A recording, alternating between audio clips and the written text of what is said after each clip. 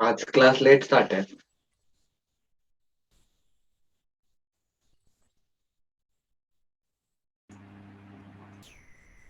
पूछ रहे हो कि बता रहे हो? पूछ रहा हूँ। वो शायद नहीं पता हमको भी। क्योंकि अभी तक सब सारे बच्चों ने अभी ज्वाइन भी नहीं किया ना। शांति बनाए रखिए।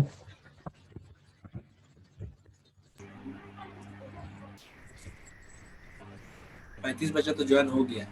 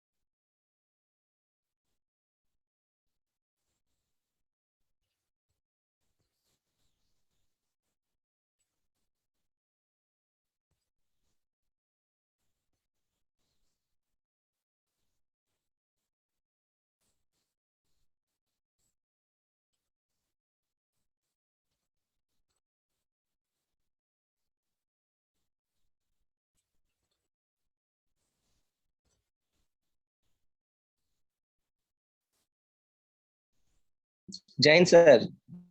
जय Hind Jain sir. Sir. Good evening sir. Good जय evening Shri good Ram. Evening. जय श्री राम जय Shri Ram. Good evening sir. Good evening sir. Sir good evening sir. Good evening good evening. Sir sir good evening sir. Good evening बेटा गुड इवनिंग गुड इवनिंग। कैसे हो सब लोग? Sir ऐसे चुपके से बढ़िया कौन? सर। बढ़िया सर सर। बढ़िया आइसोमॉर्फिज्म क्या बढ़िया। होता है? क्या होता है? आइसोमॉर्फिज्म। आइसोमॉर्फिज्म के ऊपर क्वेश्चन आ गया तुम्हारे। Yes sir. Yes sir. Okay, और सेम क्रिस्टल स्ट्रक्चर होता है। और नेक्स्ट, और क्या था नया? सर नया तो सर ग्लिच आ रहा था सर। अच्छा, ग्लिच आ रहा था। हाँ, वो बता रहे थे बच्चे कुछ वेबसाइट के थ्रू जिसने टेस्ट दिया था उनको ग्लिच नहीं होगा, है ना? सर इन्होंने नहीं सर। वेबसाइट पे बढ़िया सर था। नहीं, मैंने भी क्वेश्चन वेबसाइट लिखा के तो थ्रू ही नहीं किया था। आंसर। वेबसाइट के थ्रू ग्लिच नहीं था और वेब ऐप पे ग्लिच आ रहा था। हाँ, क्वेश्चन नहीं दिख रहा था कुछ का। सर केमिस्ट्री का आधा ज्यादा सर पोजीशन सर क्वेश्चन ही नहीं था उसमें हाँ सर। उसमें क्वेश्चन नहीं था। Yes sir. Okay. Answer answer sir बहुत सारे पोर्शन में सर ऑप्शन ही नहीं थे, मतलब ऑप्शन ही नहीं दिख रहे थे, मतलब हम मतलब टिक भी क्या ही करते हैं, ऑप्शन ही नहीं। एक अच्छा, ये क्वेश्चन में बताओ, डाउट था। वेबसाइट पे, वेबसाइट के थ्रू, हाँ आवाज आ रही है बेटा, सुनो, वेबसाइट के थ्रू भी प्रॉब्लम आ रहा था? नहीं नहीं सर, वेबसाइट में no no sir. Sir, no website sir. पे एक पूरा नो क्लियर सर। था। वेबसाइट अच्छा, में अच्छा था सर। जिन्होंने वेबसाइट से पेपर अटेम्प्ट किया था उनको सारे क्वेश्चन आ रहे थे, कुछ नहीं हाँ आ रहे सर। होंगे तो, एक दो सर बस कुछ नहीं आ रहे क्वेश्चन होंगे। छूट गए थे क्योंकि टाइम की आप कमी थी। सर एक डाउट है। हाँ, हाँ हाँ, मेरा भी एक डाउट। डाउट लेंगे डाउट लेंगे। आज टॉपिक थोड़ा सा आगे बढ़ाते हैं, फिर लास्ट में डाउट ले लेंगे तुम्हारे सारे। Sir am I audible? हाँ, यस यू आर। बताओ, बोलिए बोलिए। यू आर ऑडिबल, बोलिए। नहीं, सुनना ध्यान से। सर तो मैंने आपको पिक्चर सेंड किया था व्हाट्सएप पे। नाम क्या आपका? नाम नाम अब नाम भी नहीं बताओगे। सुनना सर ध्यान से। साफ नहीं। आपके दो तीन बच्चों के मेरे पास मैसेज आए थे, बट मैं कुछ कर ही नहीं सकता था बेटा, क्योंकि उसमें क्या था कि लोग बोल रहे थे कि टेक्निकल ग्लिच जो थी वो वेब ऐप पे आ रही थी, और जो उस पे आ रही थी वेबसाइट के ऊपर वो कोई टेक्निकल ग्लिच नहीं थी, वो सही पेपर जा रहा था उसमें। तो जिनके टेक्निकल ग्लिच आ गए थे वो अगर दोबारा से वेबसाइट पे अटेम्प्ट किए होंगे आधा पेपर सबमिट करके, उनका तो ठीक रहा होगा। और जिनका नहीं हुआ उनके लिए फिर I am so sorry for that. Product team को मैंने बोला था तो उन्होंने बोला था कल तक वो ठीक कर देंगे इसको, ऑल्दो पहला वो ट्रायल टेस्ट था उसके ऊपर तो सही था। अच्छा पावनी, ओके एक जस्ट मिनट, मैं एक मेडिसिन ले लेता हूँ। पेन किलर है क्या?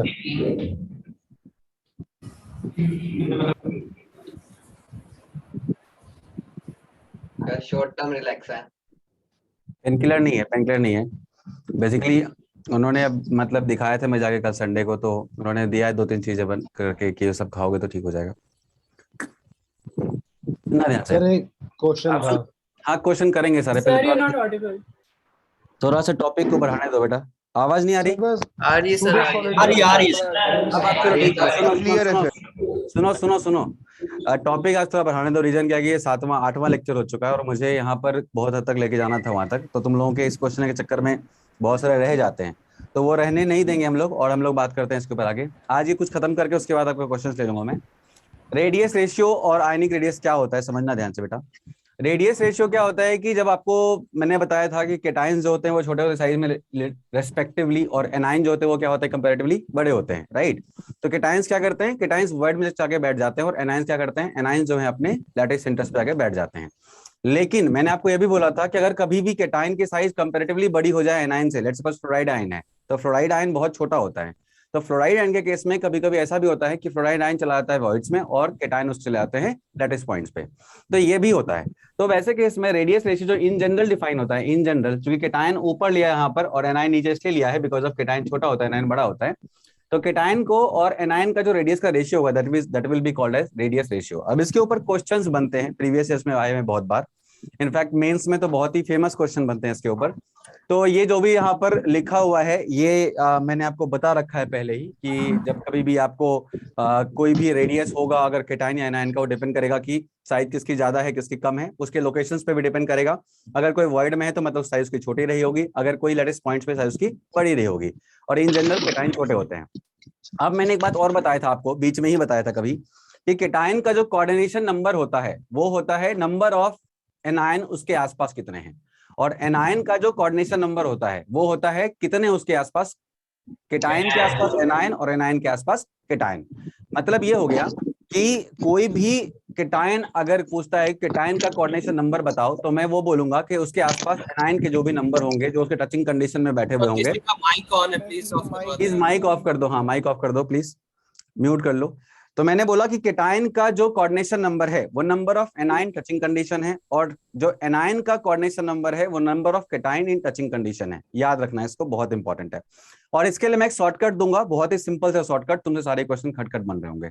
अब देखो इसमें ये सिंपल सा एक लाइन है, इसको कॉपी कर लो या तो इसका स्क्रीनशॉट ले लो, इसके डेफिनेशन कोई आपसे नहीं। That's great. हम लोग सीधे टॉपिक पे आते हैं, और यही टॉपिक जो अभी मैं सामने ला रहा हूँ यही टॉपिक के ऊपर लास्ट क्लास में बात चल रही थी, राइट। अब इस टॉपिक के ऊपर अगर आप देखोगे तो अगर यहाँ पर इन्होंने तो बहुत ही भौकाल वाला बना दिया है ये सब, तो ये भौकाल हम लोग थोड़ा आगे बढ़ाते हैं तुरंत से। और अगर आप देखेंगे यहाँ पर एक एक चीज करके दे रखा है, ठीक है।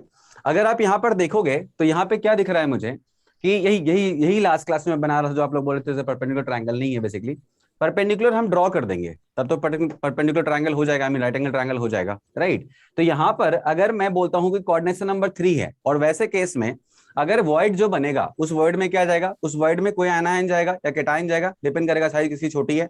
तो मान लो ये 3 जो है ये बड़े बड़े ब्लू कलर के तुमको आयंस दिख रहे हैं, ये मान लो तुम्हारे एनाइंस हैं, और जो येलो कलर का यहाँ पे बीच में दिख रहा है ये मान लो केटाइन है तुम्हारा। तो वैसे केस में अगर ये ट्रायंगल लिया जाए तो ये ट्रायंगल क्या बनेगा बताना, ये बनेगा तुम्हारा इक्विलेटरल ट्रायंगल, ऑब्वियसली, क्योंकि हर साइड क्या है बताओ, हर साइड तुम्हारी 2r है, इजंट इट, 2r और 2r।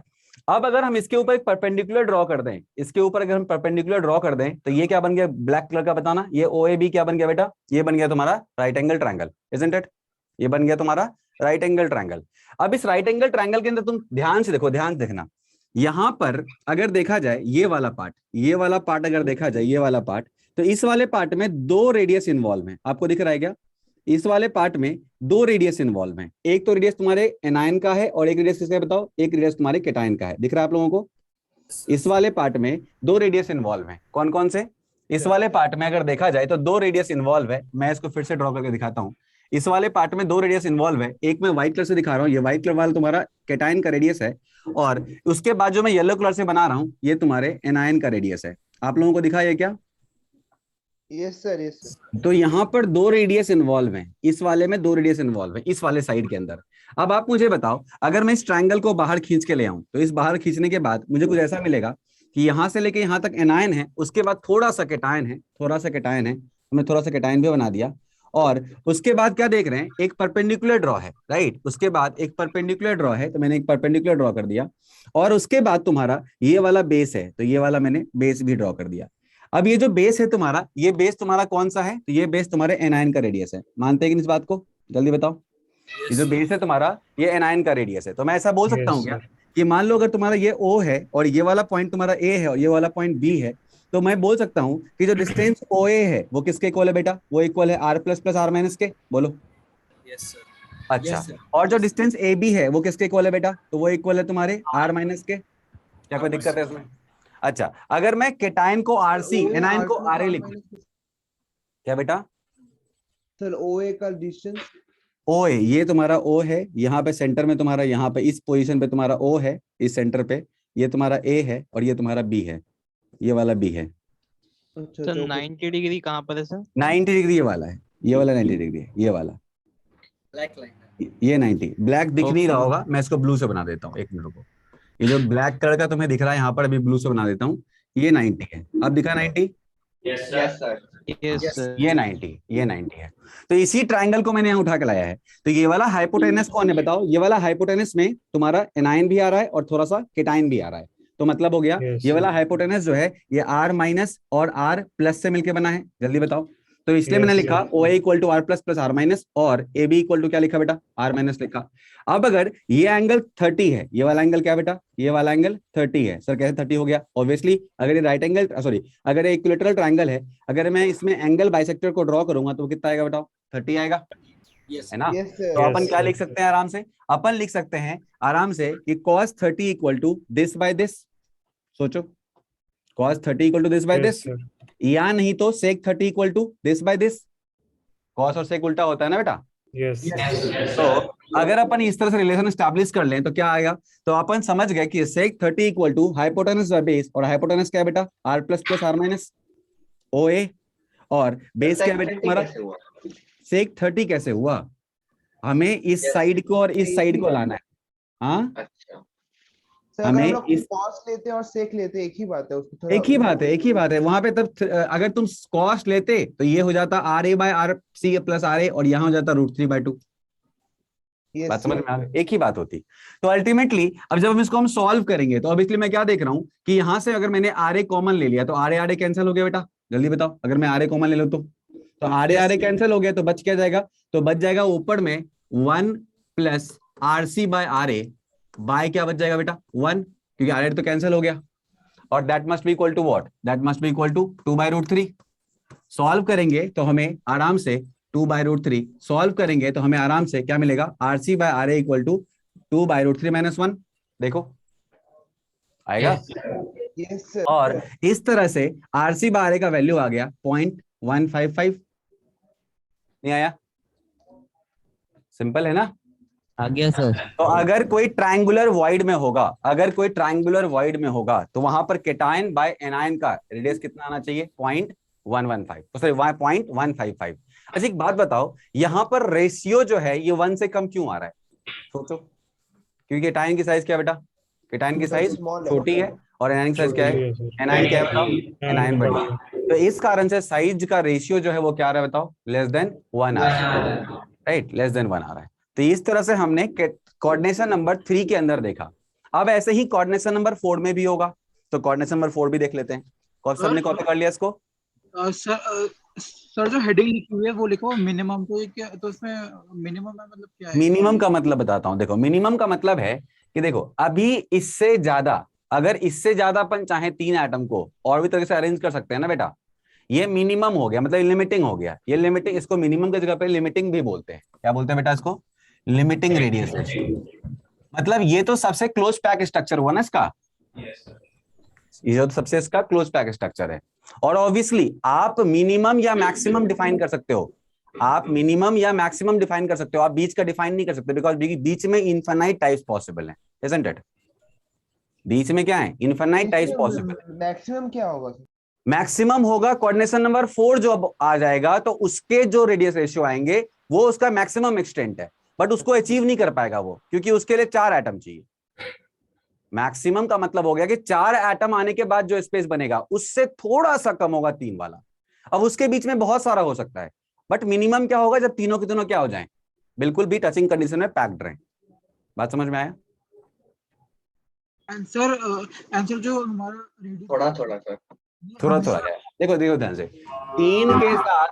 3 के साथ आप बहुत तरह के कॉम्बिनेशन ड्रॉ कर सकते हो, लेकिन सबसे मिनिमम तब होगा जब तीनों के तीनों क्या हो बताओ? टचिंग कंडीशंस में हो, राइट? अब अगर हम इससे और भागना चाहें कि और कितना दूर कर सकते हैं और कितना दूर कर सकते हैं, तो वैसे केस में चौथा वाला जो होगा, अगर 4 एटम लेके आ जाएं, तब जो वॉइड का साइज बनेगा वो हमेशा 3 के किसी भी पॉसिबिलिटी से क्या होगा? वो कंपैरेटिवली ज्यादा होगा। इसीलिए उस वाले को हम टच नहीं कर सकते, लेकिन उससे थोड़ा कम तक हम अचीव कर सकते हैं। अब वो कितना अचीव कर सकते हैं वो कोई नहीं बता सकता, इसीलिए हम लिमिटिंग लेके चलते हैं, जहां पे कि हम तीनों को टचिंग कंडीशन में लेके चलें, क्योंकि यहां पर हम ज्योमेट्री लगा सकते हैं ना बेटा। देखो यहां पे ज्योमेट्री लगा सकते हैं, और नेचर भी क्या करता है? नेचर भी हमेशा मैक्सिमम क्लोजिंग की तरफ जाना चाहता है।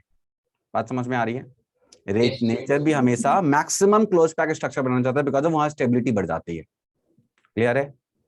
तो इसीलिए अगर हम ये पढ़ रहे हैं तो हमें हर जगह यही दिमाग में रखना है, limiting radius ratio would be the ratio of क्या?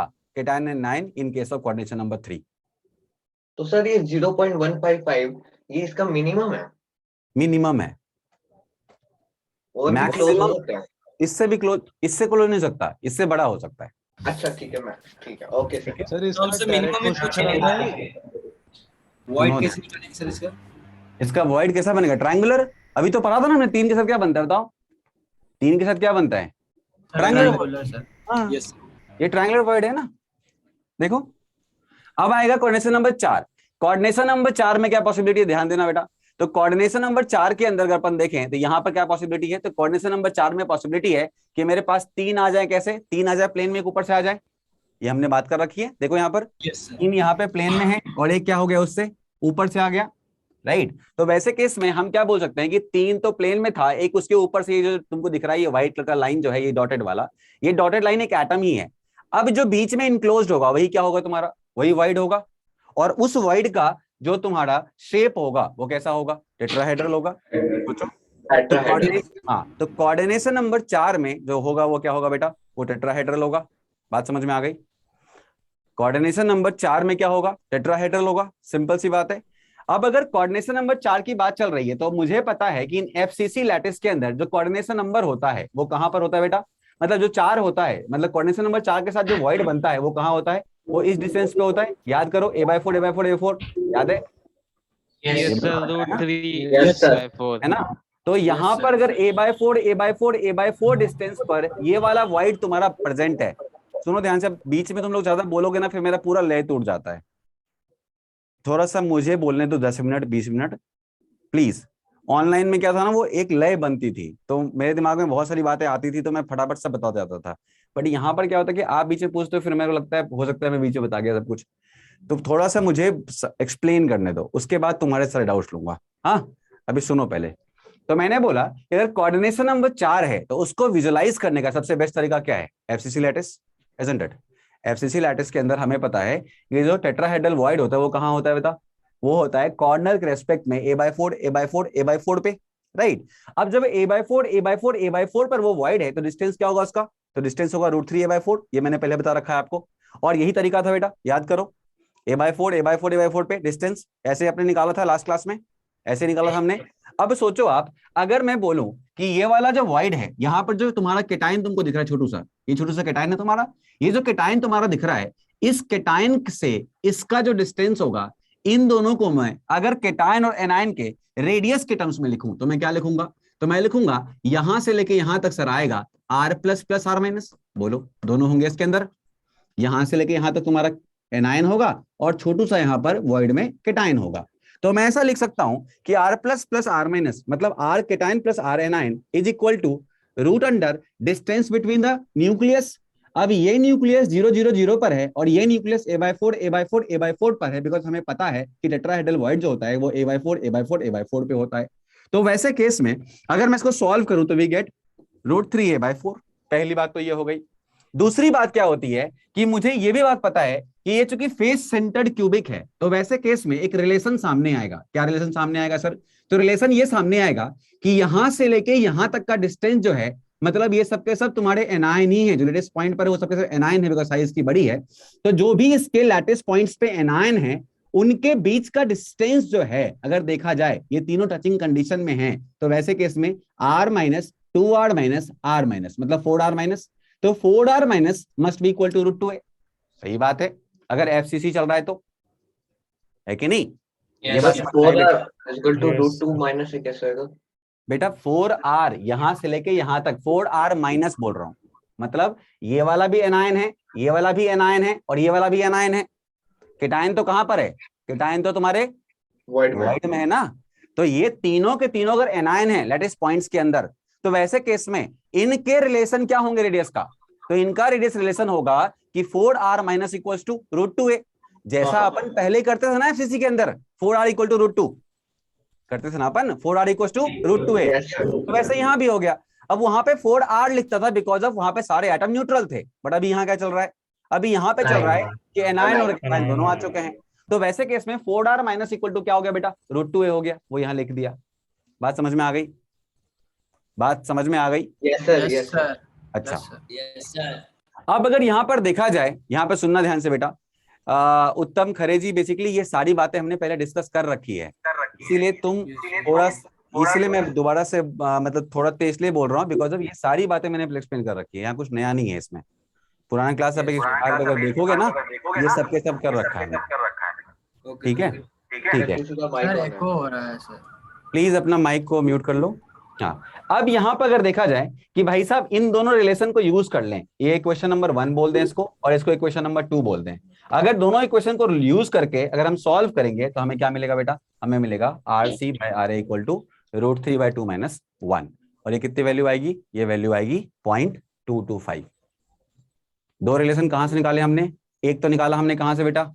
एक निकाला हमने वॉइड के रिलेशन से, और वॉइड बोलता है कि केटायन प्लस एनायन का जो रेडियस है, जो समेशन है, that must be equal to distance between the nucleus of cation and nucleus of anion, and that was equal to √3A/4। बोलो, पहला तो वो हो गया। दूसरा हो गया कि चूंकि सारे के सारे एनायन तुम्हारे लेटेस्ट पॉइंट्स पर हैं, तो वैसे केस में क्या हो जाएगा बेटा? 4R minus equal to √2A। अब दो इक्वेशन है, दो अननोन है, तो हम दो अननोन नहीं निकालते, हम दो इक्वेशन को सॉल्व करते हैं और रेडियस ऐसे निकाल लेते हैं। तो RC/RA क्या आ गया बताओ? √3/2 minus 1, and that is equal to sir ये एफसीसी में ही होता है सर? ये FCC नहीं, in general radius of cation by radius of anion हमेशा क्या लोगे आप? ये लोगे 0.225। ठीक है, ओके सर। चलिए, ये है तुम्हारा कोऑर्डिनेशन नंबर 4। ये क्या है? Coordination number 4। अब कोऑर्डिनेशन नंबर 4 में एक और पॉसिबिलिटी है, मैंने बताया था आपको। क्या पॉसिबिलिटी बताओ? एक पॉसिबिलिटी और है, हम इसको स्क्वायर में बना दें, राइट? अब जैसे हम इसको स्क्वायर में बनाएंगे तो आसान है बहुत ही। कैसे?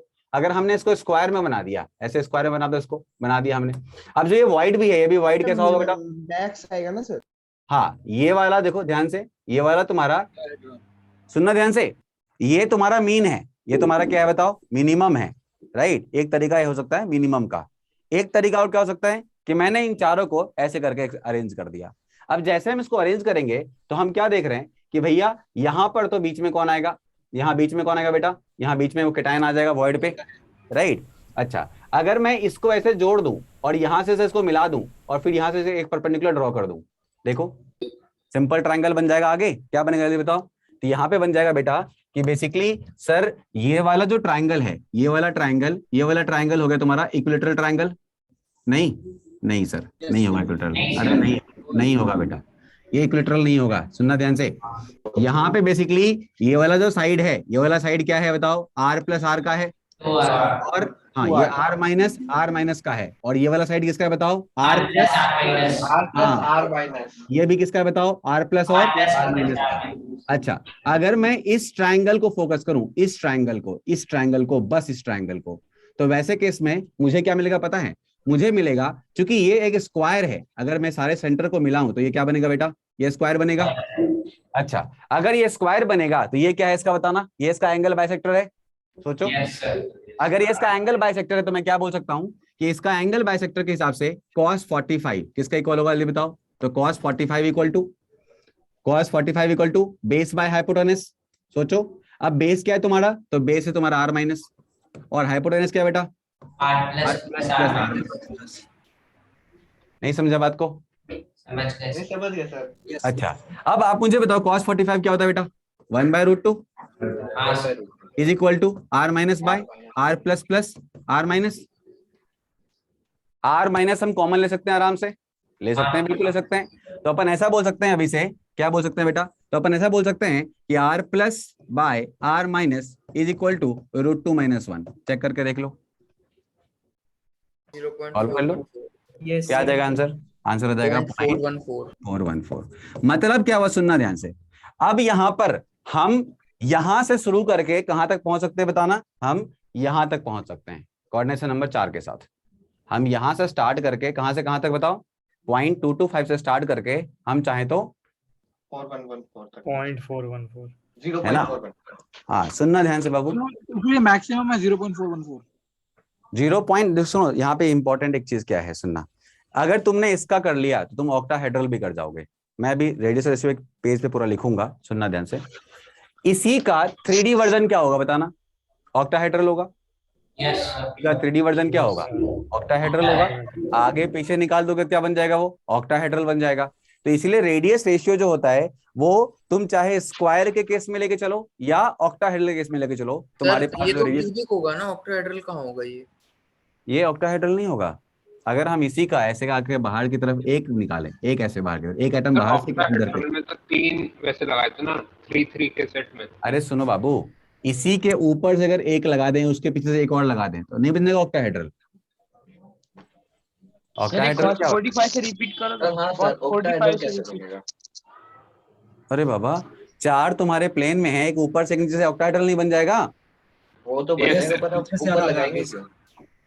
क्या बोल रहे हो? फिर से बोलो सर। हमने तो सिर्फ 4 ही चाहिए, हमें ऊपर का तो चाहिए नहीं ना सर। ऊपर का नहीं चाहिए, लेकिन मैं क्या बोल रहा हूँ, अगर तुमने स्क्वायर को सॉल्व कर लिया तो ऑक्टाहेड्रल भी तुम्हारा सॉल्व हो गया। दोनों में रेडियस रेशियो क्या होते हैं? सेम ही आएंगे, सेम ही आंसर आएगा। R plus by R minus equal to 0.414 ही आएगा। और ये तुम्हारा केस 4 जो है, यहाँ पर तुमको देखो, यहाँ पे जो केस 4 है, देखो ध्यान से, ये स्क्वायर और फिर ऑक्टाहेड्रल में उसी का एक्सटेंडेड 3D वर्जन है। मतलब अगर हम दोनों तरफ से खींच लें ऐसे करके, अगर स्क्वायर को मतलब बीच में एक कोई पॉइंट लगा के अगर हम उसको खींच ले तो ऑक्टाहेड्रल बन जाता है। सिंपल ऑक्टाहेड्रल ऐसे ही बनता है। और ये वाला क्या दिख रहा है? ये दिख रहा है मेरे को ट्राइंगल का एक एक्सटेंडेड वर्जन है। नहीं दिख रहा आपको? ये दिख रहा है? नहीं, ट्राइंगल से हमने थोड़ा सा लाइन एक तरफ खींच लिया बाहर की तरफ, तो क्या बन गया? वो ट्राइंगल को खींच के एक थोड़ा सा बाहर कर दिया तो क्या बन गया? टेट्राहेड्रल बन गया, राइट। अगर हम स्क्वायर को ऊपर नीचे खींच दें तो क्या बन जाएगा? वो सिंपल ऑक्टाहेड्रल बन जाएगा।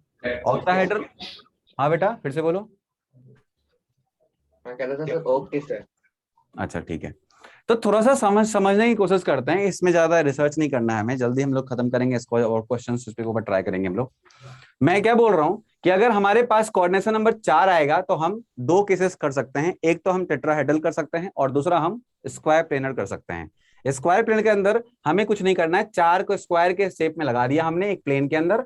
उसके बाद जो वॉइड बना बीच में, उसमें हमने एक एटम डाल दिया जो कि तुम्हारा केटायन है। अब हमने क्या करा? हमने एक एंगल बाइसेक्टर बनाया, इसको एंगल बाइसेक्टर बोलेंगे। अगर हम यहाँ पर O लेते हैं, इसको मान लो तुमने, इसका पेन चेंज करके लिख देता हूं। अगर मैंने इसको O लिया, इसको A लिया और इसको B लिया, तो अगर ट्राइंगल OAB की बात करें तो क्या होगा बताओ? तो ट्राइंगल OAB के अंदर थोड़ा सा यहां से लेके यहां तक केटायन है, राइट। और उसके बाद क्या बेटा? उसके बाद पूरा क्या है? उसके बाद एनायन है।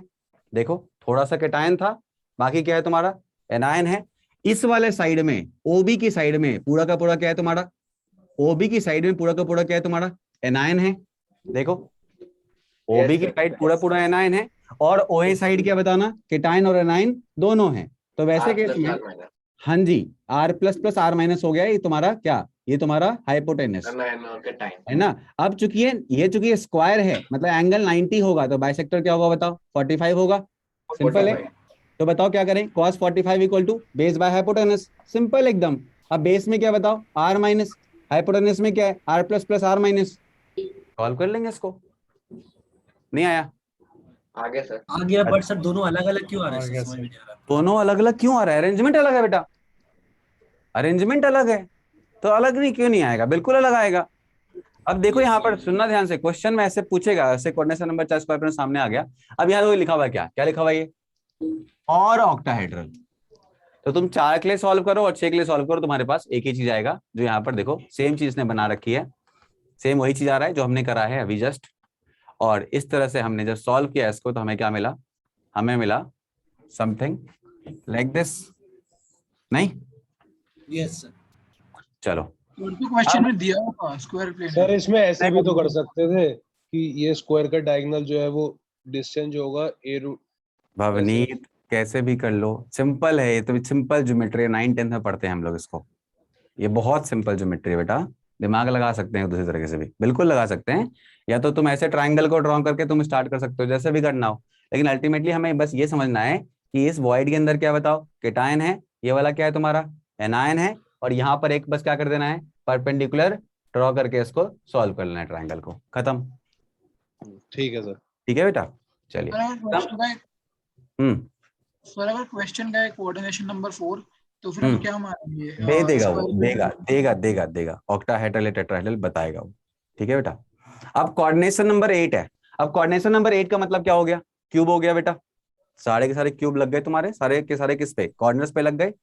अगर कोऑर्डिनेशन नंबर 8 में अगर बात करें तो अगर सारे कॉर्नर्स पे अगर अपन लगा दें एटम को तो क्या बन जाएगा, वो सिंपल क्यूबिक, सिंपल क्यूबिक बन जाएगा आराम से। अच्छा, अब अगर सिंपल क्यूबिक बन गया तो वैसे केस में अगर आप देखो कि सिंपल क्यूबिक के केस में जो यहाँ पे एक स्ट्रक्चर ड्रॉ भी होगा, ये देखो ये सिंपल क्यूबिक हो गया, राइट, सारे के सारे बन गए।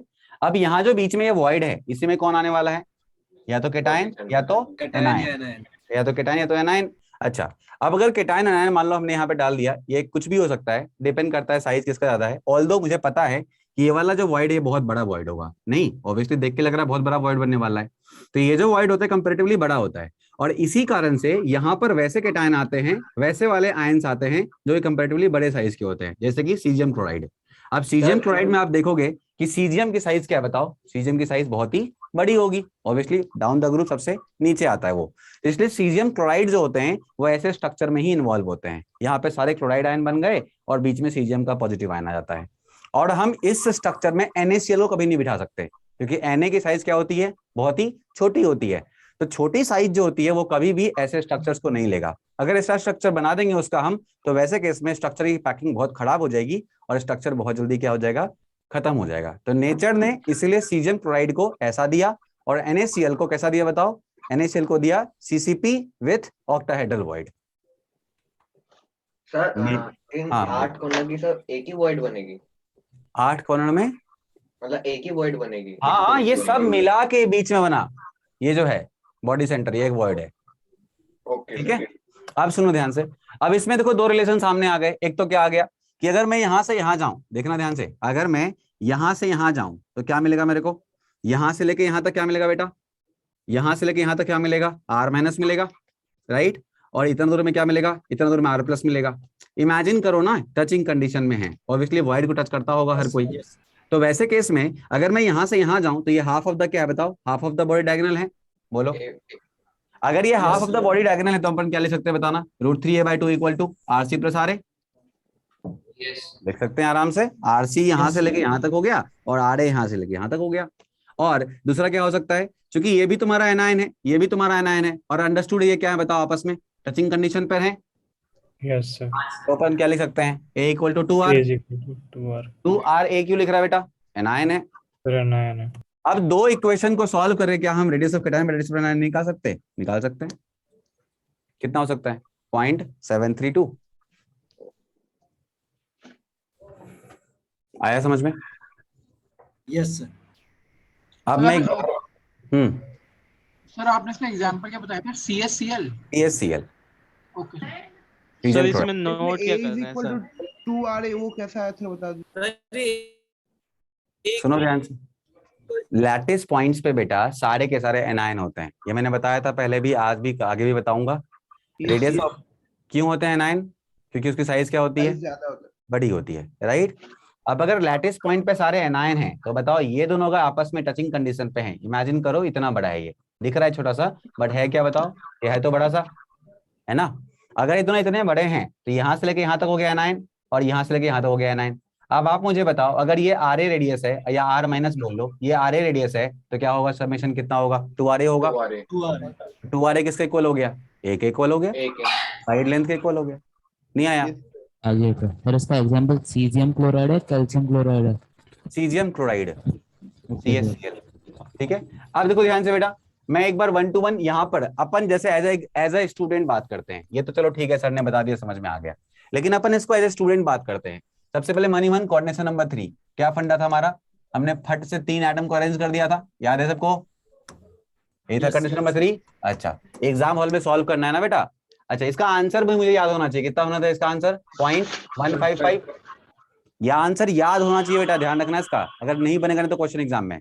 आगे सुनो ध्यान से, अब अपन क्या करेंगे, अपन यहां से लेके यहां तक एक क्या करेंगे, छोटा सा यहाँ पर केटाइन डाल दिया मनी मन, और यहाँ पे एक ट्राइंगल ड्रॉ कर लेते हैं, ये तो करते हैं अपन, यहाँ एक ऐसे करके ट्राइंगल ड्रॉ कर लेते हैं, और एक यहाँ पे परपेंडिकुलर डाल देते हैं, और यहाँ पे हाइपोटेनस हो जाता है, और सॉल्व कर लेते हैं इसको। सॉल्व करने के बाद हमें पता चलता है कि जो हाइपोटेनस था उसकी वैल्यू जो थी वो थी r plus r minus divide bye ये वाला बेस कितना है, तो बेस है तुम्हारा r माइनस, और दैट इज इक्वल टू सेक कितना बेटा? 30। रिलेशन यही आया था मेरे पास, पहला हो गया। Yes sir. पहला हो गया, पहला सॉल्व कर लेंगे। अच्छा, फिर कोऑर्डिनेशन नंबर 4 आया, क्या किया हमने इसमें?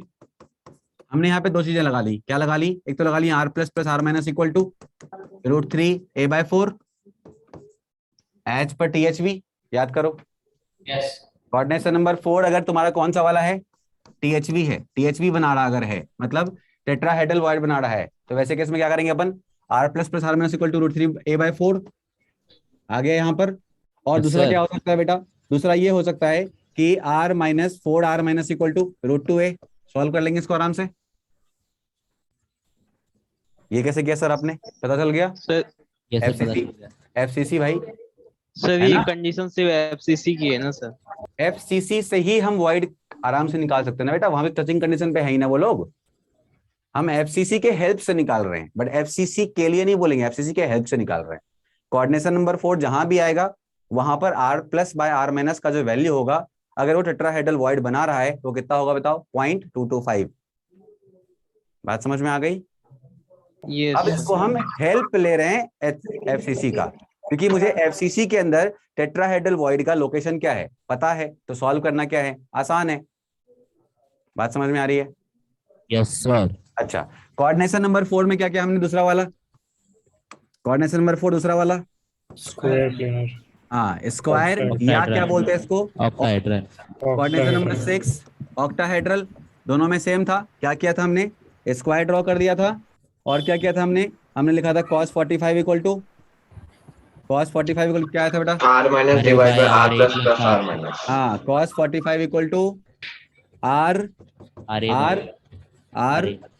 Minus by r plus r minus. एक इक्वेशन यहां से आई थी, और दूसरा आ सकता है क्या? 2r minus equal to a side length.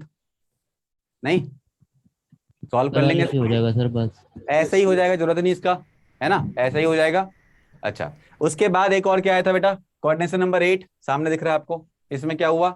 इसमें अपन यहां से यहां तक गए, बीच में आया तुम्हारा केटायन, तो यहां से लेके यहां तक अपन आए, और हमें पता है पूरा का पूरा अगर रेडियस तुम्हारा √3a होता है, आई मीन पूरा का साइड अगर √3a होता है यहां से लेके यहां तक, जो बॉडी डायगोनल होता है, तो यहां से लेके यहां तक आधा हुआ है, तो मतलब मैं लिख सकता हूँ ये केटायन, ये एनायन, ये केटायन, तो r minus plus r plus equal to क्या हो जाएगा? √3a/2, पहला रिलेशन। और दूसरा क्या हो जाएगा बेटा? तो दूसरा हो जाएगा this plus this equal to a equal to 2r या 2r माइनस। सॉल्व कर लेंगे इसको। सर एक चीज समझ नहीं आई सर, सर वो मैक्सिमम मिनिमम वाला चीज समझ नहीं आई। मैक्सिमम मिनिमम समझना नहीं है आपको, आपको ये समझना है कि आप सोचो, अगर आप 4 चीजों को अरेंज करते हो तो 4 चीजों को अरेंज करने के बहुत तरीके हो सकते हैं, लेकिन जो नेचर है ये हमेशा क्लोज पैकिंग चूज करता है ताकि स्ट्रक्चर क्या हो जाए, स्टेबलाइज्ड रहे। बात समझ में आ रही है? Yes sir. जैसे इसको 8 को अरेंज करने का बहुत तरीका हो सकता है, लेकिन नेचर ने ये क्यों चूज किया? इसमें सबसे क्लोज पैकिंग आई, इसलिए इसको क्या बोलते हैं हम लोग? लिमिटिंग रेडियस रेशियो बोलते हैं। क्या बोलते हैं? Limiting radius ratio. Minimum radius ratio यही हो सकता है, इससे ज्यादा तो कुछ भी हो सकता है। अगर इससे ज्यादा होने का मतलब क्या है? केटायन की साइज क्या हो जाए? केटायन की साइज बढ़ती जाए। अब केटायन की साइज के बढ़ने का मतलब क्या होता है? वॉइड का साइज का बढ़ना। और वॉइड का साइज बढ़ने का मतलब क्या होता है? तुम्हारे एनायन सही से स्टेबलाइज्ड नहीं है, वो अच्छे से कंडीशंस में बैठे हुए नहीं है, जिस कारण से क्या हो रहा है? वॉइड की साइज बढ़ रही है। अगर वॉइड की साइज बढ़ेगी तो ऑब्वियसली क्या होगा? जो रेशियो होगा वो भी क्या होगा? वो भी बढ़ेगा। इनफैक्ट मैं बताऊं तुमको, ये जो रेशियो है ये क्या बताता है पता है? ये बताता है वॉइड बटा लैटिस पॉइंट के रेडियस का रेशियो। देखो यही तो है, ये वॉइड होता है और ये क्या होता है? लैटिस पॉइंट का रेडियस। Yes sir. तो इसीलिए वॉइड जितना बड़ा होगा उतना ही क्या है? इफिशियंसी खराब है उसकी, तभी तो वॉइड्स बड़े बन रहे हैं। Yes sir. है ना? तो वॉइड्स हमेशा छोटा चाहता है वो, तो इसीलिए हमें नहीं सोचना है कि मैक्सिमम मिनिमम क्या करना है, हमें मिनिमम के साथ काम करना है, क्योंकि नेचर ने मिनिमम को ही चूज करा है। अगर कहीं पे आता है आरसी बाय आर ए क्या होगा कोऑर्डिनेशन नंबर 4 में, अगर टेट्राहेड्रल है तो ये मैं सोचने लगना सर ने तो बोला था बहुत सारे पॉसिबल हैं, तो 0.225 तो एक पॉसिबिलिटी है। नहीं, आंसर मेरा 0.225 ही होगा। बात समझ में आई? Yes sir. समझ में आया बेटा? हाँ पूछो। सर जो हमारा कोऑर्डिनेशन नंबर 4 में हमने स्क्वायर बनाया और 6 ऑक्टाहेड्रल में दोनों में सेम वैल्यू आई हमारी, 6 में वॉइड तो हमारा बड़ा बनेगा ना, बेशक उसमें केटायन उतना ही हो। एक्सटेंडेड वर्जन में सॉल्व करेंगे ना अगर अपन, तो सॉल्व करने पे ऑक्टाहेड्रल में वही आंसर आता है, सेम आंसर आएगा। वो मैं कह रहा हूँ सेम आंसर आ गया। मैं कह रहा हूँ वॉइड तो कंपैरेटिवली बिगर वॉइड बनेंगे, ये बोल रहे हो ना? हाँ जी सर, ऊपर नीचे ऐड हो जाएगा ना उसके अंदर एरिया हमारे पास, हल्का सा स्ट्रेच आएगा। लेकिन हमें तो क्या करना है? कोऑर्डिनेशन नंबर 6 में क्या आंसर करोगे? 0.41। बस इतना ही दिमाग में रखना। यस सर आधा रखोगे तो गड़बड़ा इस जाएगा। वॉइड में कौन सा कैटायन आएगा क्यूब वाले में, क्योंकि इसका कैटायन बड़ा है ना, सॉरी वॉइड बड़ा है अभी ना उसी की बात कर रहा था बेटा। अभी कौन सा है बताया मैंने केटायन? क्या आंसर इसका एग्जांपल के लिए था? सीजीएम। Okay sir. सर अगर जो हमारा जो एनायन है वो अगर वॉइड में हुआ तब भी हम आरसी बाय आरए लगाएंगे? नहीं, तब R minus by R plus करेंगे, मतलब R A by R C. तो फिर मतलब कि हमें हमेशा वॉइड बाय लैटिस पॉइंट। हाँ वॉइड, वही मैं बोल रहा था, ये वॉइड बाय लैटिस पॉइंट है बेसिकली। कभी कभी ये R A by R C भी होता है, जैसे कैल्शियम क्लोराइड के अंदर R A by R C लेंगे अपन। Yes sir, okay. समझे? तो ये हमेशा वॉइड बाय क्या होता है? Lattice point. ठीक। जो ऑक्टाहेड्रल वॉइड का है उसको हम उस तरीके से भी निकाल सकते हैं, RC by R A by 2 होता है और ए और आर हाँ वैसे ही निकालते हैं बेटा। वो तो आपको ऑक्टाहेड्रल वॉइड का पहले से पता ही है, वहां तो पढ़ा रखा है ना मैंने। क्या होता है वहां बताओ? आरसी प्लस आर ए क्या होता है उसके अंदर? ए बाय 2। हाँ ए बाय 2 होता है। बस इसको सॉल्व कर लेंगे और दूसरा रिलेशन आ जाएगा तुम्हारे स्क्वायर से, उसके अंदर स्क्वायर भी तो बनेगा। यस सर, स्क्वायर भी तो बनेगा, इसीलिए मैंने सॉल्व करने का तो वही आना है। चलो अब देखो ध्यान से, इतना समय निकालेंगे तो गया। देखो इधर, ये बहुत सिंपल सा टॉपिक है, इसको बस कहाँ कैसे यूज करना है ये समझ लो। इसके ऊपर मेंस में क्वेश्चन आएंगे, एडवांस में ऐसे बहुत क्वेश्चंस नहीं आते इससे। यहाँ देखना, एकदम चिल्लर सा क्वेश्चन आएगा, एक तुरंत से बन जाएगा अगर याद रहेगा तो, नहीं तो एग्जाम हॉल में सॉल्व करते रहोगे। देखो इधर, यहाँ पर तुम्हारे पास दिख रहा है क्लियरली कोऑर्डिनेशन नंबर 3 कितना है बताओ? 0.115 से लेके 0.225। अब ये 0.225 कहां से आया? तो वही मैंने बोला ना, ट्राइंगल को स्ट्रेच किया तो क्या बन गया? टेट्राहेड्रल बन गया। तो tetrahedral is a maximum possibility what we can have with the coordination number 4। इसीलिए मैंने बोला था कि पॉसिबिलिटीज बहुत सारी हो सकती हैं, लेकिन हमारे पास जो भगवान ने बनाया हुआ है वो मैक्सिमम कौन सा चूज करता है? जहां पर की एफिशिएंसी सबसे ज्यादा हो, वॉइड सबसे छोटी हो। और वॉइड सबसे छोटी का मतलब ये होता है कि लिमिटिंग रेडियस रेशियो यूज करेंगे। तो सर इस रेंज का क्या यूज है? तो रेंज का यूज ये है कि कभी भी क्वेश्चन अगर मान लो आया और उसने पूछा तुमसे कि बताओ इस क्वेश्चन के अंदर कोऑर्डिनेशन नंबर कितना होना चाहिए, और तुमको कोऑर्डिनेशन नंबर निकालने का कोई तरीका नहीं पता है, तो वैसे केस में आपने रेडियस रेशियो निकाल दिया। अब रेडियस रेशियो जो आंसर आया उसके आंसर की वैल्यू इस रेंज में फॉल कर रही है, तो आप क्या बोलोगे? कोऑर्डिनेशन नंबर 3 है उसका। समझ रहे हो? भगवान ने 0.155 के लिए अप्रोच किया था, लेकिन मान लो कोई ऐसा है एटम जो थोड़ा बहुत आगे पीछे रह गया, जिस कारण से क्या हो गया, उसका पॉइंट लेट्स सपोज 0.175 आ गया, तो क्या बोलोगे आप? ये कोऑर्डिनेशन नंबर 3 का केस है। ये कोऑर्डिनेशन नंबर 4 तो मिनिमम कहां से स्टार्ट होता है बताओ? 0.225 से स्टार्ट होता है। बात समझ में आई? Yes sir. ये होता है, इसीलिए इस रेंज को याद रखना जरूरी है। अब रेंज भी याद नहीं रखना, 4 वैल्यू याद रखो, 0.155, 0.225, 0.414 एंड 0.732। That's it. ये 4 वैल्यू अगर याद है तो रेंज सेट करते जाओ। कैसे? 0.115 टू 0.225 क्या हो गया? Coordination number 3। अब कोऑर्डिनेशन नंबर 3 के बाद कोऑर्डिनेशन नंबर 4 अगर लेते हैं तो इसमें 2 केस है। कौन कौन से बताओ? एक तो टेट्राहेड्रल और दूसरा स्क्वायर प्लेनर। अब याद रखो कि 0.225 से शुरू करेंगे और कहां तक जाएंगे बताओ? 0.414 तक जाएंगे। अब सुनो ध्यान से, यहां पर जो रेडियस रेशियो होता है उसको लिखने का तरीका ऐसा होता है कि हमने यहां लिखा लेट्स सपोज r प्लस, यहां है तुम्हारा r plus by r minus, right. अब यहां पे जो लिमिटिंग वाला पॉइंट है, यहां पर इक्वलिटी साइन होल्ड होता है और यहां लिखते हैं अपन 0.155, और यहां पे इक्वलिटी साइन होल्ड नहीं करेंगे आप। क्यों? क्योंकि ये तो केस कौन सा हो गया? कोऑर्डिनेशन नंबर 4 का हो गया ना ये वाला। बात समझ में आ रही है? कोऑर्डिनेशन नंबर 4 को तो आपने पहुंचा ही नहीं है ना। 3 एटम के साथ 4 एटम कहां से लाओगे?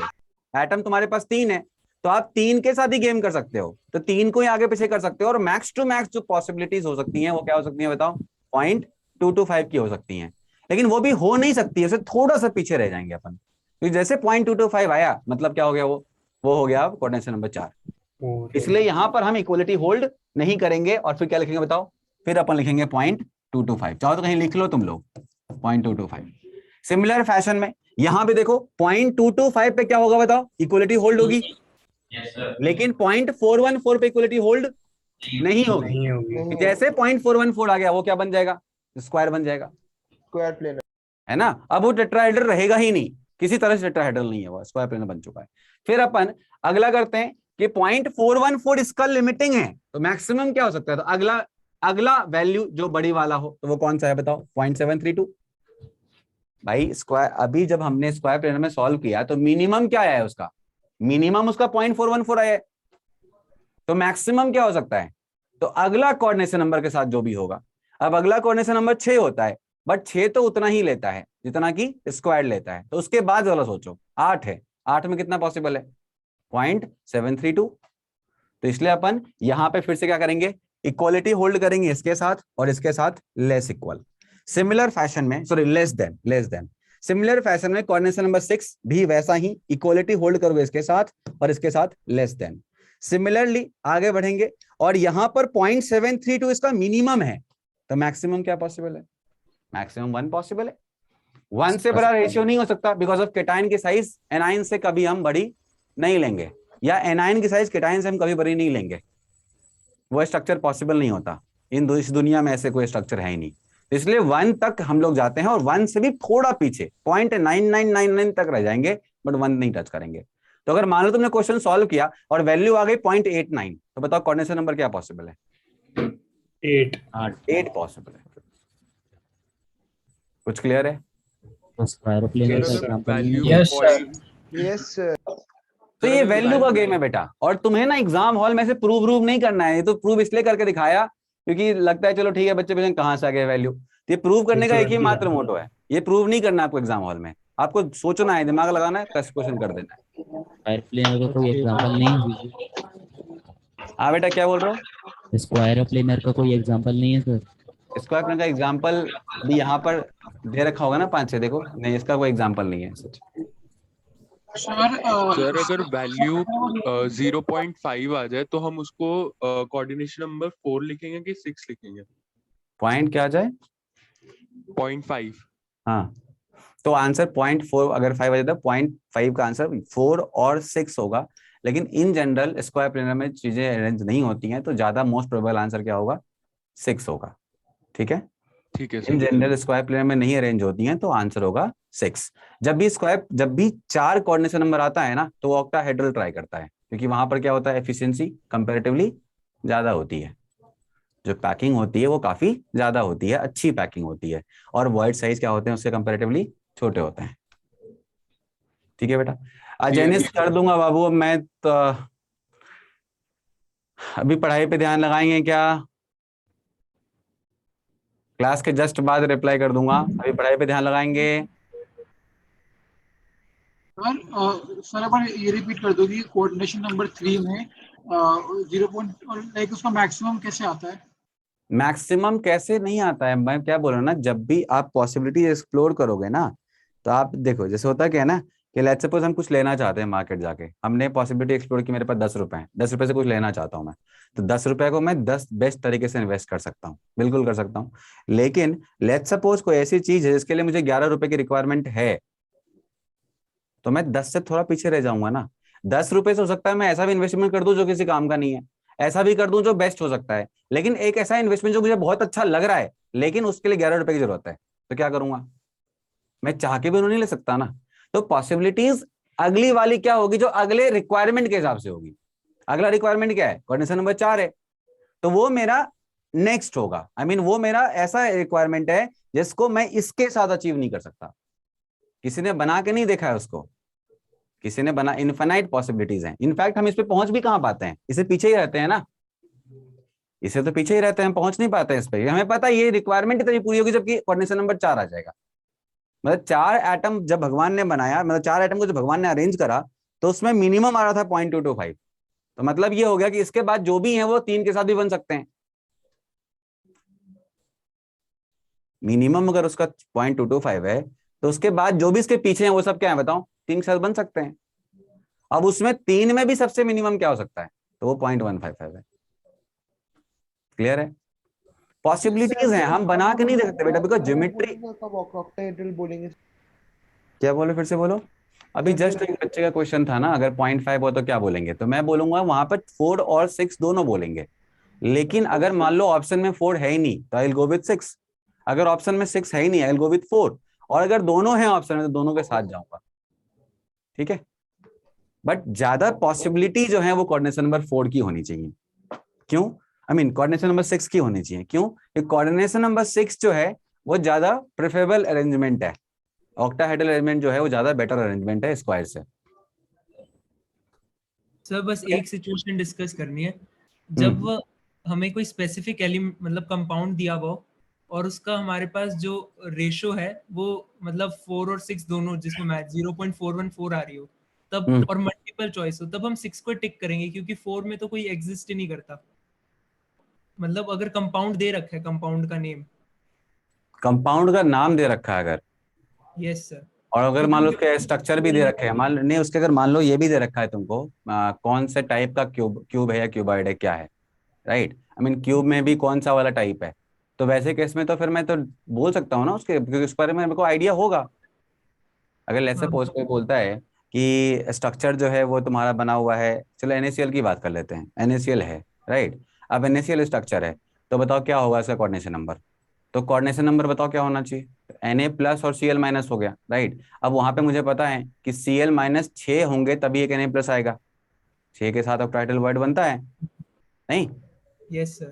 तो NaCl में सीधा मैं क्या बोल दूंगा? कोऑर्डिनेशन नंबर 6 हो गया। तो नाम अगर दे रखा होगा ना, तो स्ट्रक्चर के बारे में आइडिया लगा के भी बात कर सकते हैं। ओके सर, ठीक। अब मान लो NaCl ही तुमने सॉल्व किया, NaCl है तुमने सॉल्व किया और तुम्हारा आंसर आया 0.5। अब बोल रहा है बताओ 4 या 6, तो मेरा आंसर होगा 6, आंख बंद करके 6। क्यों? सर ने बता रखा है कि Na+ कहाँ होता है? ऑक्टाहेड्रल वर्ड में होता है, मतलब 6 क्लोराइड आयन से वो घिरा होगा। तो बताओ कोऑर्डिनेशन नंबर क्या हो गया? कोऑर्डिनेशन नंबर 6 हो गया। तो 4 का तो ऐसे भी कोई एग्जांपल नहीं है। 4 के स्क्वायर प्लेन का एग्जाम्पल ऐसा नहीं होता, कम बनते हैं ना बेटा, जैसे तो नेचर है ना, हम और तुम तो बना नहीं सकते इसको। अरेंजमेंट जो है वो तो नेचर करता है ना, हम थोड़ी करते हैं कुछ भी। हमें याद करने पड़ेंगे एग्जाम्पल, हम जाके देख नहीं सकते उसको। हाँ सर, ये जो नोट्स है ना वो टाइम पर भिजवा दीजिए ना, क्योंकि ये परसों की क्लास के भी अभी तक नोट्स नहीं आए। फिर है ना क्लास के बाद है ना नोट्स में लिखने में बहुत प्रॉब्लम होती है, बहुत दिक्कत होती है। ठीक है, हाँ, वीडियो पूरा देखना। 3 क्लास के सर अपलोड नहीं हुए। चलो ठीक है, ठीक है, ठीक है, ठीक है। देखो कोई आगे लिखो बेटा, types of ionic solids, types of ionic solid, types of ionic solid. पहला लिखो NaCl type, NaCl type, NaCl type, NaCl type के बारे में बात करते हैं। मैं यहाँ पर हर टाइप के बारे में टू दी पॉइंट सारा कुछ बता दूंगा, आप लोगों को फटाफट आंसर करते जाना है, ठीक है। NaCl टाइप में कोई भी आयनिक सॉलिड हो, चाहे XYZ कोई सा भी हो, हमें दो चीजें पता होनी चाहिए। क्या? केटाइन का क्या लोकेशन है और एनायन का क्या लोकेशन है। अगर आपको ये दोनों पता चल गया तो आप उसका ऐसा कहता था, मतलब उसके सारे के सारे राम कहानी लिख सकते हो। सर कैसे? सुनना, अगर हमें पता चल गया केटाइन कहाँ रहता है, एनायन कहाँ रहता है, तो हम उसके कोऑर्डिनेशन नंबर, उसका number of formula unit per unit cell कितना होगा, उसका डेंसिटी क्या होगा, उसका पैकिंग फ्रैक्शन क्या होगा, उसका R++R- का जो रिलेशन होता है वो क्या होगा, हर कुछ निकाल सकते हैं। सर कैसे? बताता हूँ। जैसे यहाँ पर क्या क्या इंपॉर्टेंट होता है समझना। सबसे पहले इंपॉर्टेंट होता है कि भाई साहब इसके लोकेशंस क्या हैं। तो लोकेशंस, तो अगर कभी भी तुम्हारे पास क्वेश्चन आ गया किसी पर्टिकुलर आयनिक सॉलिड के ऊपर, तो सबसे पहला लोकेशन पे फोकस करो। लोकेशन यहाँ पे दो तरह के पॉसिबिलिटीज हैं। क्या क्या है? एक तो केटाइन का लोकेशन, एक तो बेटा एनायन का लोकेशन, राइट। अब केटाइन के लोकेशन और एनायन के लोकेशन में क्या है कि हमें पता है केटाइन जो होते हैं वो छोटे होते हैं, तो वो कहाँ रहेंगे? हमेशा वॉइड्स में रहते हैं। और एनायंस कहाँ रहते हैं बताओ? लैटिस पॉइंट्स पे रहते हैं। तो NaCl के केस में मेरे को दिख रहा है कि भाई साहब Cl- आयन कंपैरेटिवली बहुत बड़ा होगा, तो इसीलिए जो एनायन होता है इसका Cl- वो होते हैं तुम्हारे सारे सारे कहाँ पर बेटा? CCP पॉइंट्स पे। कहाँ होते हैं बाबू? CCP पॉइंट्स पे। और जो तुम्हारे केटाइंस होते हैं वो कहाँ होंगे बेटा? तो जो तुम्हारे केटाइंस होंगे मतलब Na+ होंगे, वो कहाँ पर होते हैं? तो मैंने बहुत बार बता रखा है, ऑक्टाहेड्रल वॉइड्स में होते हैं। कहाँ होते हैं ये? ऑक्टाहेड्रल वॉइड्स में होते हैं। अब आप मुझे बताओगे अगर ये CCP पे हैं तो बताना कितने Cl- पर यूनिट सेल होंगे। तो मुझे लग रहा है 4 Cl- पर यूनिट सेल होंगे। बोलो। अब ये रिपीट मत करवाना मेरे से। सर क्यों? मैंने CCP के बारे में हर कुछ बता रखा है। CCP क्या होता है? FCC में number of atom per unit cell कितना होता है? 4 होता है। तो 4 Cl- इफेक्टिवली मेरे को मिलेंगे पर यूनिट सेल के अंदर। अच्छा, Na+ का मुझे बताओ, OH है तो कितने होंगे? तो ये भी कितने? 6 होंगे। 4 ही होंगे ना। 4 OH इतने नंबर में होगा, उतने ही तो Na+ होंगे। अब OH कितने नंबर में होते हैं? तो OH होते हैं Z के इक्वल। Z कौन डिसाइड करता है? Type of lattice system. तो यहाँ पर टाइप ऑफ यूनिट सेल कौन सा वाला है? CCP है। तो Z कितना होगा इसका? 4 Z4 होगा। अगर Z4 होगा तो OH कितना होगा बेटा? OH 4 होगा। बात समझ में आ रही है? अगर Z इसका 4 है तो OH भी क्या होगा? OH 4 होगा। तो अगर अपन यहाँ पे ऐसा बोले अगर OH 4 है तो कितने होंगे? 4 Na+ होंगे बेटा। बोलो, इसमें कोई दिक्कत है? No sir. बेटा मुझे पता नहीं क्यों ऐसा लग रहा है आधी जनता को ये बात समझ में नहीं आई। आ गई सर। ऐसा कोई है हाँ, कोई ऐसा है जिसको नहीं समझ? प्लीज मेरे से पूछ लो बेटा, ऐसा शर्माना नहीं है, मैं कुछ नहीं बोलूंगा, पूछो। बस एक चीज का बस मुझे ये रहता है, तुम लोग IIT की तैयारी कर रहे हो अभी, IIT समझ रहे हो क्या होता है वो? उसके लिए बहुत ज्यादा थोड़ा सा अपने आप को भी क्वेश्चन पूछा करो, कभी कभी थोड़ा सा अपने आप को इन्वॉल्व किया करो सब्जेक्ट के अंदर। ये देखो मैं बोला ना, एक बार और लगा। हाँ देखो मेरे को नहीं आया। नहीं इसमें कुछ गलत नहीं है, लेकिन दोबारा अगर एक बार भी बता दिया तो दोबारा मत पूछना। दोबारा पूछोगे तो मतलब है तुमने अपने एंड से कोई भी मेहनत नहीं करा।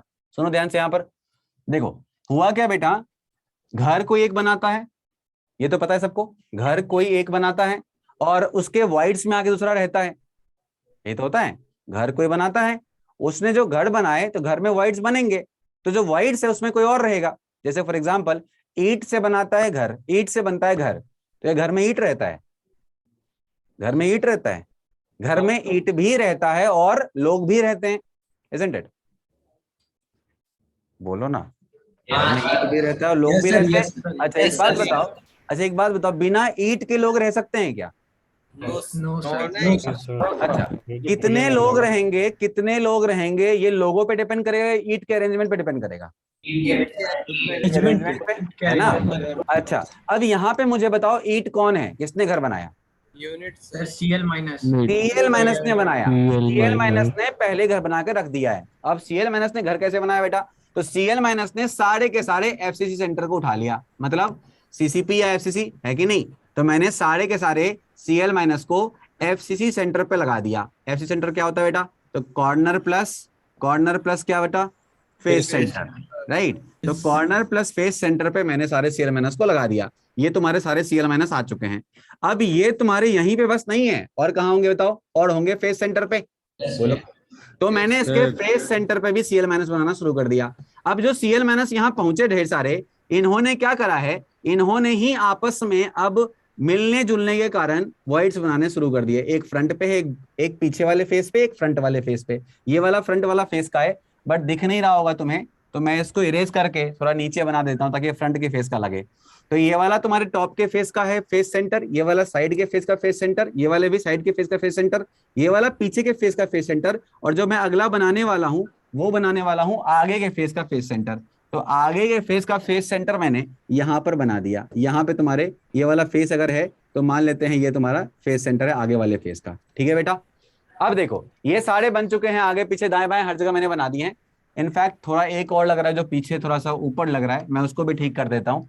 तो ये वाला तुम्हारा, अच्छा ये तो ठीक था यार, ये तो टॉप का ही था। चलो, तो हमने ये सारा को अरेंज कर दिया। अब इनके अरेंजमेंट के कारण क्या आया अंदर बताना, इनके अरेंजमेंट के कारण क्या आया,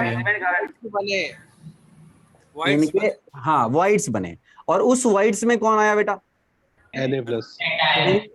अब जो Na+ आएगा वो कहाँ आएगा बेटा, कहाँ आएगा जल्दी बताओ, ऑक्टाहेड्रल वाइड में। तो यहाँ आएगा बेटा, जल्दी बताओ, यहाँ आएगा बेटा, यहाँ आएगा, यहाँ आएगा, यहाँ आएगा, यहाँ आएगा, इधर आएगा, इधर आएगा, इधर आएगा, इधर आएगा, और इधर आएगा, और एक आएगा, कहाँ पे आएगा, बीच में आएगा, बॉडी सेंटर है ना। अब मैंने आपको बोला था ये सारे Na+ हैं, और ये कौन से लोकेशन पे बेटा, ऑक्टाहेड्रल वाइड में है। लेकिन ऑक्टाहेड्रल वाइड किसने बनाया, Cl- ने बनाया, राइट। तो Cl- के अरेंजमेंट ने ऑक्टाहेड्रल वाइड बनाया, और उस ऑक्टाहेड्रल वाइड में कौन रह रहा है, तो Na+ रह रहा है। अब Na+ कितने इफेक्टिवली अंदर आएंगे तो डिपेंड करेगा ऑक्टाहेड्रल वाइड अंदर कितने इफेक्टिवली हैं। और मैंने आपको बताया था कि ऑक्टाहेड्रल वाइड का नंबर जो होता है वो Z के इक्वल होता है, राइट, Z के इक्वल होता है। अब Z किसने डिसाइड किया, तो Z डिसाइड किया इस Cl- ने। अब Z कितने होते हैं सीसीपी में, तो Z होते हैं 4। तो बताओ ऑक्टाहेड्रल वाइड भी कितने होंगे, 4 ही होंगे। और हमने निकाला भी तो था, एक बॉडी सेंटर और प्लस कितने, 3 एज सेंटर पे। एक बॉडी सेंटर पे ऑक्टाहेड्रल वाइड आया था, और 3 कहाँ आया था बेटा, एज सेंटर पे आया था। सर 3 कहाँ दिख रहा है आपको, हमें तो 12 दिख रहा है। अरे बेटा 12 इसके अंदर थोड़े ही है, कंट्रीब्यूशन कितने का है, 1/4 का है। तो टोटल मिला कितने हैं एज सेंटर, 12 सेंटर हैं, 12 एज सेंटर हैं। तो 12 गुने 1/4 कर दिया, कितने आ गए, 3 आ गए। और एक तुम्हारा बॉडी सेंटर है, कितना हो गया, पूरा 4 हो गया। 4 तुम्हारा ऑक्टाहेड्रल वाइड है, और 4 तुम्हारा सीसीपी सेंटर्स हैं। तो मतलब सीसीपी सेंटर पे आ गए Cl- और ऑक्टाहेड्रल वाइड में आ गया Na+।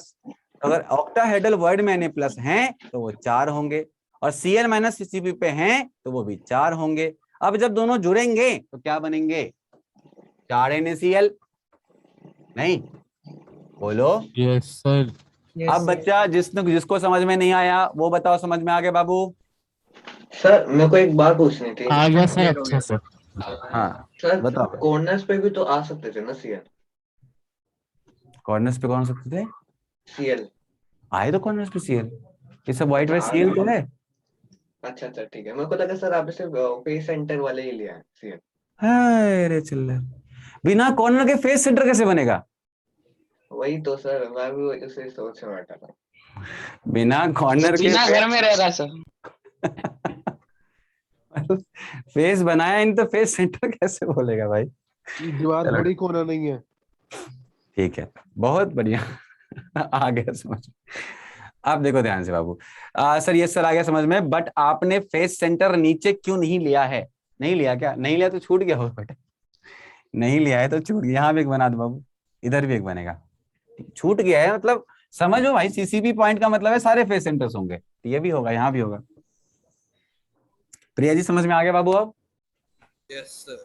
अच्छा अब सुनो ध्यान से, तुम्हारा नाम प्रिया है, यस सर ऐसा कर रहा है, इधर देख। अब मैंने बोला यहाँ पर अगर बात करें तो 4 NaCl आ गए। अच्छा अब कोई पूछता है आपसे, बताओ number of formula unit, number of formula unit कितने होंगे, जल्दी बताओ बेटा।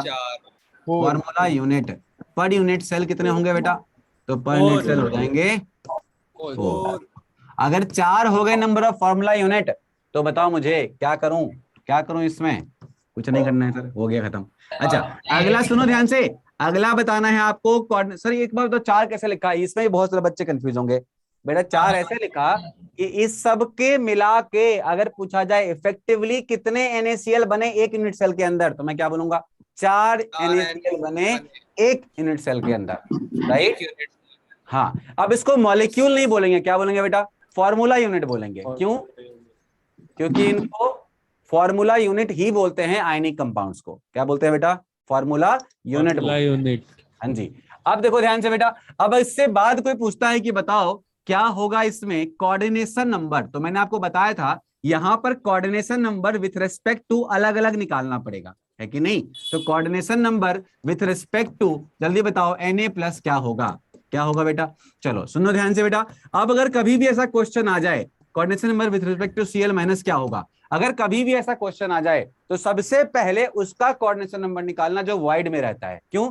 वॉइड का कोऑर्डिनेशन नंबर हमें तुरंत पता चल जाएगा, वो तो हमें पता भी होता है। जैसे कि अगर कोई ऑक्टाहेड्रल वॉइड में है तो कोऑर्डिनेशन, अगर कोई ऑक्टाहेड्रल वॉइड में है तो मुझे बताओ कोऑर्डिनेशन नंबर कितना होगा उसका, 6 होगा, 6 होगा। अच्छा, इसमें से ऑक्टाहेड्रल वॉइड में कौन है? Na+. 6 लिख दोगे, ठीक है। अब सुनो ध्यान से बेटा, ये Cl- का क्या होगा, सुनना ध्यान से बेटा, बहुत इंपॉर्टेंट यहां पर। अब इस जगह पर अब वो Cl- नहीं रहा, ये पहले अपन फेस सेंटर्ड का कोऑर्डिनेशन नंबर निकालते थे, निकाला था ना हमने, निकाला था ना बेटा, 12 आया था आंसर, याद है 12 आंसर आया था। लेकिन अब वो वाला फेस सेंटर के हिसाब से यहां काम नहीं चलेगा। क्यों? क्योंकि वहां पर तो था क्या, नियरेस्ट एटम जो टचिंग कंडीशन में, वही क्या है, कोऑर्डिनेशन नंबर है। बट यहाँ क्या है, यहाँ पर है नियरेस्ट केटायन कौन है, यहाँ पे नियरेस्ट केटायन कौन है, किसके लिए, Cl- के लिए। और इसके लिए क्या बताओ, नियरेस्ट एनायन कौन है, राइट। मतलब यहां पर हमें देखना पड़ेगा किसका पूछ रहा है, केटायन या एनायन का। अब जब हम इसको काउंट करने जाएंगे सुबह हो जाएगा और मे भी हम गलत भी कर जाएं, तो वैसे केस में इसका तो हमें समझ में आ गया, इसका क्या करें सर, तो सुनो ध्यान से, एक सिंपल सा शॉर्टकट फार्मूला। शॉर्टकट फार्मूला क्या है, सुनो। मान लो कोई कंपाउंड है MX और NY, सर ये क्या लिख दिया MN, बेटा M जो है तुम्हारा केटायन है, N क्या है बेटा, एनायन है, क्योंकि केटायन पहले लिखा था, एनायन बाद में लिखा है, ठीक है बेटा। अब यहाँ पर X क्या है, M की एटॉमिसिटी, और Y क्या है बताओ, N की एटॉमिसिटी। मान लो ये कोई ऐसा कंपाउंड है जिसका फॉर्मूला है MXNY, ठीक है सर। अब वैसे केस में अगर कभी भी अगर क्वेश्चन है तो वैसे केस में जो कोऑर्डिनेशन नंबर होगा M का, coordination number of M, coordination number of M by coordination number of N is equal to, सुनो ध्यान से, ऊपर M है तो ऊपर लगाओ N की एटॉमिसिटी, नीचे N है तो नीचे लगाओ M की एटॉमिसिटी, बस खत्म, उल्टा कर देना वाले यहां पर, क्वेश्चन खत्म। अब आप मुझे बताओ NaCl के केस में, NaCl के केस में बताओ M कितना, सॉरी M कौन है, M तुम्हारा Na है, N कौन है तुम्हारा, Cl है, X की वैल्यू क्या है बेटा, X की वैल्यू क्या है 1 है, और Y की वैल्यू क्या है 1 है। अच्छा, मैं फॉर्मूला लिखता हूं, यही सेम अप्लाई करता हूं वहां पर, coordination number of Na+ by coordination number of क्या बेटा, Cl- इज इक्वल टू, क्या करूंगा 1 by 1, बोलो कर सकते हैं। अच्छा, अब यहां से मुझे बताओ कि कोऑर्डिनेशन नंबर ऑफ Na+ तो हमें पहले से पता है, बिकॉज ऑफ वाइड वाले का कोऑर्डिनेशन नंबर निकालना बहुत ही आसान होता है, वाइड वाले का कोऑर्डिनेशन नंबर निकालना बहुत ही आसान होता है। कितना होता है वो देख लेंगे भैया, अगर ऑक्टाहेड्रल वाइड में है तो 6 होगा, टेट्राहेड्रल में तो 4 होगा, 4 होगा। ऑक्टाहेड्रल वॉइड में अगर कोई है केटायन तो 6 होगा, टेट्राहेड्रल वॉइड में तो कितना होगा 4 होगा, पढ़ाया है ना कोऑर्डिनेशन नंबर टेट्राहेड्रल वॉइड कितना होता है, 4 होता है पीछे क्लास के अंदर, बोलो। चलो तो यहाँ पर अगर इसका वैल्यू मैं 6 डाल दूं तो 6 डिवाइड बाय क्या हो गया, coordination number of Cl- is equal to क्या आ गया 1, इससे क्या आ गया बेटा, कोऑर्डिनेशन नंबर ऑफ Cl- कितना आ गया 6। अब देखो ध्यान से, with respect to face centre गिनते हैं तो आसानी से गिन भी सकते थे, गिन सकते, यहाँ गिन सकते हो ना बेटा, बट कुछ समय के बाद टफ आने लगेगा, CAF2 आ जाएगा, ZNS में एकदम लोकेशन चेंज हो जाएगा, कहाँ कहाँ निकालते रहोगे, बस ऐसे ही का निकाल देंगे। नहीं आया एग्जाम, समझ में नहीं आया सर? आ गया, अपन तो क्वेश्चन करेंगे ना फट से, तो नहीं आया, नहीं आया, क्या नहीं आया, क्या नहीं आया बेटा, बक्से वाला नहीं आया, ये फॉर्मूला है, याद करना है, ये अच्छा, शॉर्टकट ठीक है दे सर। दिया, ये शॉर्टकट है, समझाना नहीं है इसमें कुछ, शॉर्टकट है बेटा, ये शॉर्टकट, ये दिमाग में रखना, हो जाएगा तुरंत क्वेश्चन। अब अगर इसका 6 है तो इसका भी क्या होगा बेटा, इसका भी 6 होगा। Yes sir. चलो अब इसके बाद आगे बढ़ते हैं और हम लोग करते हैं इसका अगला ऑपरेशन। अच्छा मुझे बताना सर एक और प्रीवियस पेज पे लिखना है। अगर कोई पूछता है आपसे coordination number of any plus का मतलब क्या है, क्या बोलोगे? सर वो नंबर ऑफ सीएल माइनस को टच कर रहा है। Very good. और कोई पूछेगा कोऑर्डिनेशन ऑफ सीएल माइनस का मतलब क्या है, सीएल माइनस का? कितने Na प्लस उसके साथ लगा हुआ। बस सर ये जो फॉर्मूला है वो NaCl टाइप में ही है, सबके लिए वैलिड है? सबके लिए वैलिड है, ये तो MXNY लिखा ना ऐसे ही कुछ भी, ठीक सर, सबके लिए वैलिड है सर। एक बार दोबारा सर ये NaCl टाइप मतलब सर NaCl जैसे कैसे मतलब सर KCl भी हो सकता है इसमें? हाँ KCl हो सकता है बिल्कुल, लेकिन CaCl नहीं हो सकता। सर क्यों? जो सेम वाले एलिमेंट होंगे वही, वो तो भाई साइज बहुत बढ़ गई ना कैटायन की, तो वो नहीं रह पाएगा ऑक्टाहेड्रल वर्ड में, तो वो कहाँ जाएगा बताओ? वो जाएगा क्यूबिक वर्ड में। वो कहाँ जाएगा बताओ? क्यूबिक वर्ड में। क्यूबिक वर्ड लास्ट कराया था ना, लास्ट वाला 0.732, वहां जाएगा वो। Yes sir. LICL हो सकता है, हो सकता है। सर एक बार आपने जो क्वेश्चन पूछा था एक बार दोबारा पूछना। कौन सा वाला? अभी रिसेंटली। अच्छा, कोऑर्डिनेशन नंबर ऑफ Na+ का मतलब क्या है? What is the meaning of coordination number of Na+? It means how many Cl- are in touching condition. I mean cation के लिए एनायन कितने टचिंग कंडीशन में है और एनायन के लिए केटायन कितने टचिंग कंडीशन में। राइट। अब जो वॉइड में रहता है, जो वॉइड में रहता है उसके लिए तो कोई टेंशन ही नहीं है। क्यों? वॉइड का कोऑर्डिनेशन नंबर हमें पता है। जैसे फॉर एग्जांपल एक एग्जांपल कर लेते हैं। लेट सपोज तुमको कोई बोलता है कि CaF2 में, मैंने आपको पहले बता दिया, CaF2 में जो कैल्शियम है वो सारे के सारे CCP पे है और फ्लोराइड आयन जो है वो THV में है। कहां पर है बेटा? THV में है। ठीक, पहले ही बोल दिया तुमको। अब मुझे बताओ इसके हिसाब से तुम पहले किसका निकालना चाहोगे कोऑर्डिनेशन नंबर? Cl- का, सॉरी Ca+ का या F- का?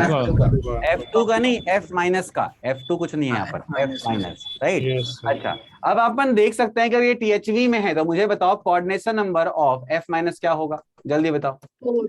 4 होगा। 4। तो आप मुझे बताओ अगर वही वाला फॉर्मूला फट से यूज कर लें तो कोऑर्डिनेशन नंबर ऑफ Ca+ क्या हो जाएगा?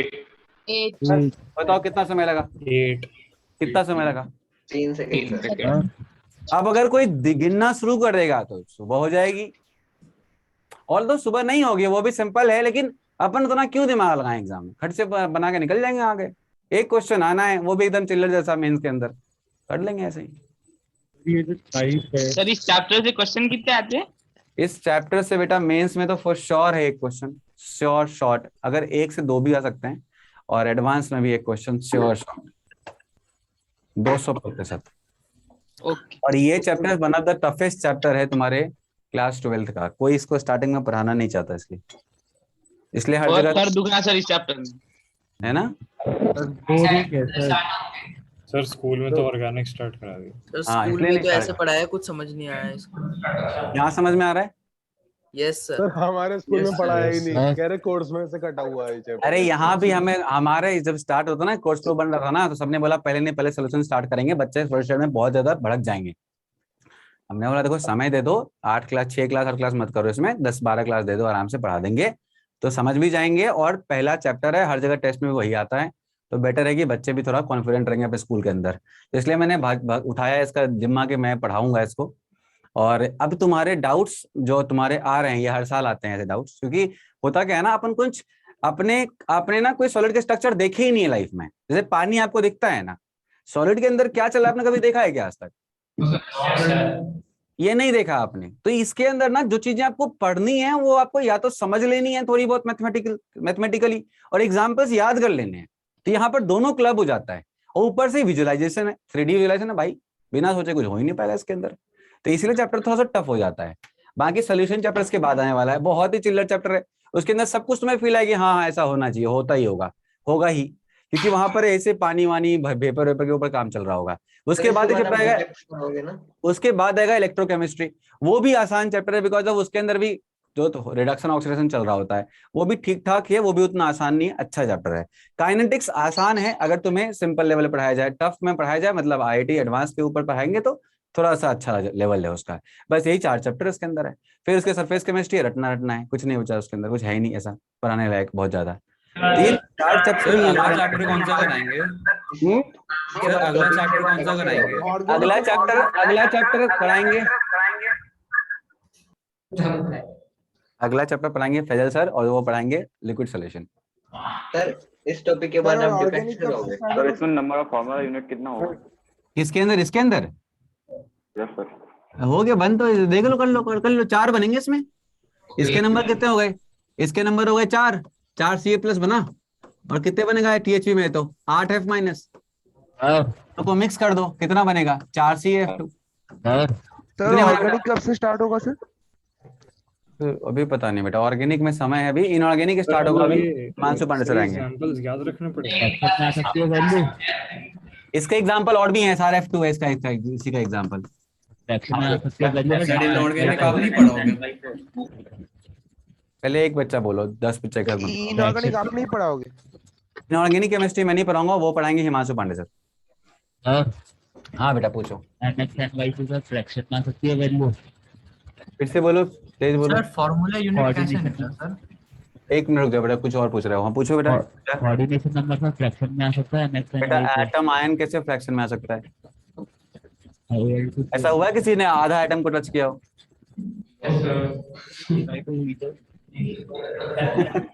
तुमने तो मतलब क्वांटाइजेशन को तोड़ ताड़ दिया भाई। हाँ ऐसे सुनो, यहाँ पे तुम लोग बहुत बतियाते हो, लिखो आगे। सर फार्मूला क्या बोल रहे हो? सर फार्मूला यूनिट कैसे निकला सर? इसमें कैसे निकला, समझ में आया ये वाला 4? नहीं सर। बेटा देखो, फॉर्मूला यूनिट क्या होता है, यूनिट सेल के अंदर कितने इफेक्टिव NaCl हैं, कितने इफेक्टिव है बताओ? 4 Na+ आया, 4 Cl- आया, NaCl तो NaCl होता है, लेकिन 4 सामने मल्टीप्लाई, मतलब क्या हुआ? मतलब हुआ कि अगर इस वाले गोली को कोई खा जाए तो 4 NaCl खा जाएगा। मान लो तुम यहाँ खड़े हो मुंह खोल के ऐसे करके, अब तुम्हें ये गोला खाना है, तुम्हारे मुंह में कितने जाएंगे बताओ? 4 NaCl जाएंगे। 4 NaCl यही मतलब है। पूछो और क्या? सवाल समझ नहीं आया। ये क्या नहीं समझ में आया? CF2 का Cl का समझ में नहीं आया? सर एक बार फिर बता। ये Cl- का नहीं, CF2 का वो अभी आया कहाँ है उसके ऊपर? वो तो एग्जाम्पल लिया था इसको सॉल्व करने के लिए, एक बार दोबारा से एक एग्जाम्पल लिया, वो तो आएंगे ना उसके ऊपर। CaF2 टाइप आएगा आगे, ठीक है? CaF2 टाइप आएगा बेटा। अगला लिखो। तो आपने जो करा था एग्जांपल लेके भी, तो मतलब कैसे करा नहीं सर? हाँ चलो ठीक है, कर देता हूँ। सुनो ध्यान से बेटा, सब यहाँ पर देखो। अभी देखो एक का आंसर कर रहा हूँ, अब दूसरा आ गया, अब कैसे होगा? पहले उसको करने दो, उसके बाद दूसरा क्या करेंगे। सुनो यहाँ CaF2 है, अब मैंने अभी जस्ट बोला बेटा CaF2 में Ca जो होता है वो कहाँ होता है? CCP पे होता है, और F- कहाँ होता है? THV पे। अब ये चीजें तुम्हें भगवान सपने में नहीं देंगे, याद करना पड़ेगा, इसका कोई और तरीका नहीं है। ये दिमाग में रखना पड़ेगा कि फ्लोराइड आयन होता है THV पे और CCP पे होता है Ca। अब अगर CCP पे Ca है तो घर कौन बना रहा है बताओ? घर कौन बना रहा है? घर कौन बना रहा है भाई? Sir CCP calcium. कैल्शियम बना रहा है। अच्छा, कैल्शियम जो घर बना रहा है, तो घर में कैल्शियम कितने नंबर में है? कितने नंबर है उसके?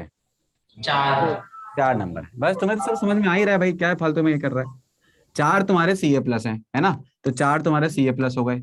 अच्छा, उसके बाद मुझे बताओ, ये अगर F2 है फ्लोराइड आयन है THV में, तो कितने फ्लोराइड आयन आएंगे बेटा?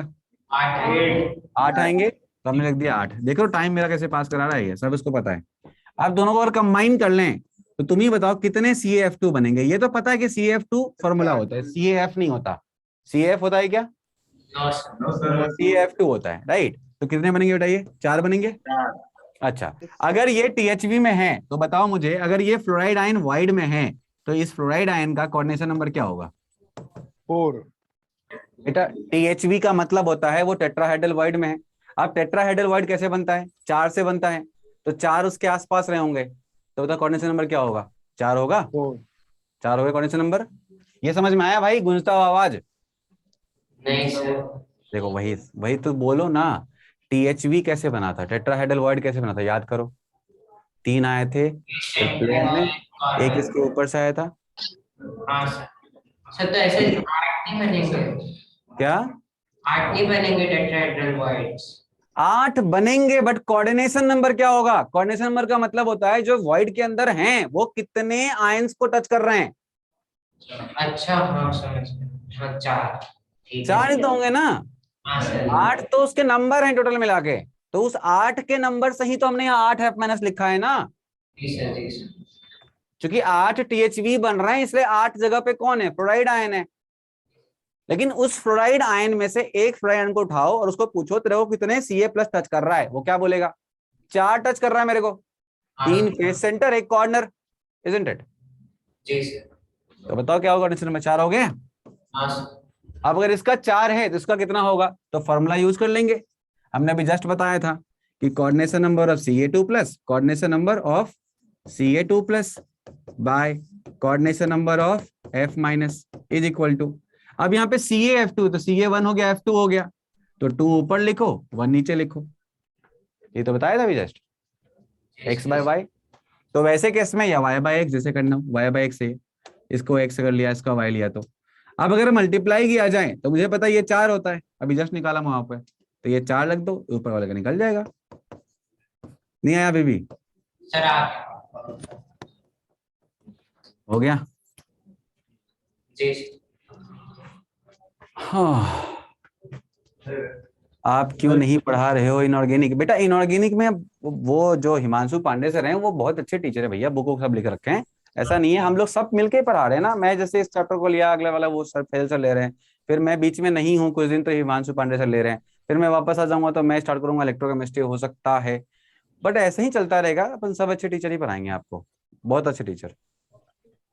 और सर जो आइसोमेरिज्म और जो IUPAC है सर, उसकी प्रैक्टिस कहीं से करें या फिर बस जो अपने क्लास में क्वेश्चंस कराए थे उससे करें?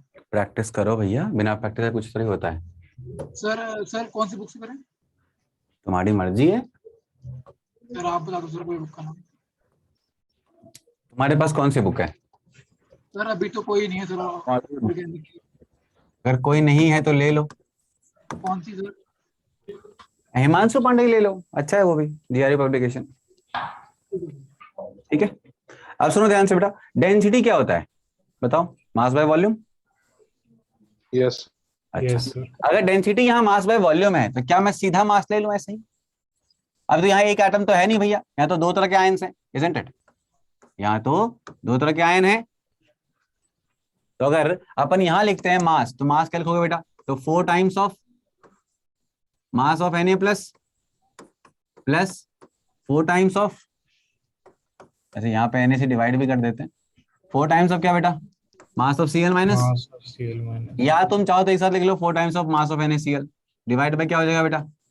एवोगाड्रो नंबर इनटू क्या हो जाएगा?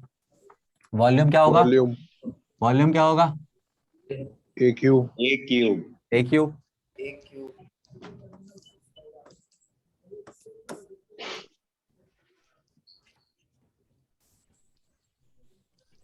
यहाँ पे MCl माइनस कर देना।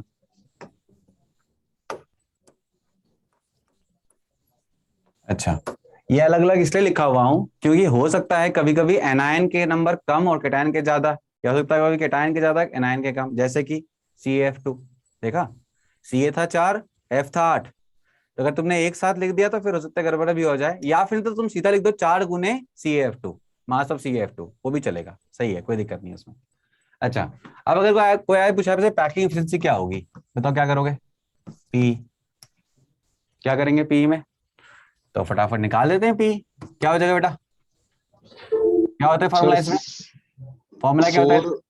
Z इंटू क्या होता है? 4/3 लेकिन ये वाला फॉर्मूला आप चाह के भी नहीं लगा सकते, तो 2 टाइप के हैं तो 2 Z लेने पड़ेंगे अलग अलग। यहाँ पर Z ऑफ Na और Z ऑफ Cl अलग अलग लेना पड़ेगा, ले लेंगे आराम से। हाँ जी ले लेते हैं, तो अपन कर लेते हैं फटाफट यहाँ पर। तो यहाँ पे Z तो हो गया तुम्हारा 4 किसका? Na का, इंटू 4/3 क्या हो जाएगा बेटा पाई, और आर ऑफ क्या, आर ऑफ प्लस मान लो एन ही लिखा है का क्यूब प्लस क्या हो जाएगा बेटा 4 गुने 4/3 पाई क्या करें आर माइनस का क्यूब बोलो, और डिवाइड किससे करते हैं बेटा ए क्यूब से। अच्छा यहाँ पर ए क्यूब क्यों लिख रहा हूं मैं, अब ए और आर में रिलेशन तो पता ही है हमें,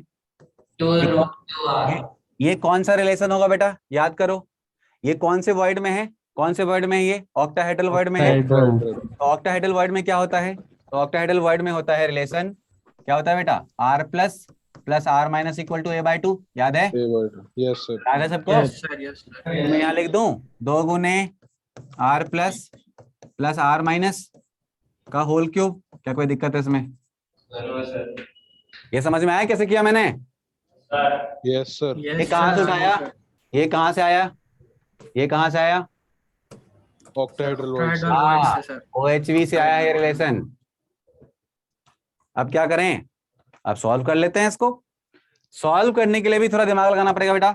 4 16/3 पाई और यहाँ पे r माइनस का होल क्यूब कॉमन ले लो पहले से ही, तो क्या बच जाएगा अंदर में, तो बच जाएगा r plus by r minus का होल क्यूब, बोलो बचेगा? अच्छा प्लस क्या हो जाएगा बेटा, प्लस क्या हो जाएगा 1 हो जाएगा? Yes sir. अच्छा डिवाइड बाय, बाहर में 8 तो है ही है पहले से, 8 बाहर रख लो, r माइनस का होल क्यूब ये भी बाहर कर लो, r माइनस का क्यूब बाहर कर लो, बच क्या जाएगा अंदर में r plus by r plus by r minus plus 1 का होल क्यूब। इसमें कोई दिक्कत है? अच्छा ये क्यों कर रहा हूं मैं r प्लस बाय, में समझ में आ रहा है कुछ लॉजिक समझ में आ रहा है? सर रेशियो की वैल्यू पता है ना। अब ये बताओ कौन सा केस है कोऑर्डिनेशन नंबर?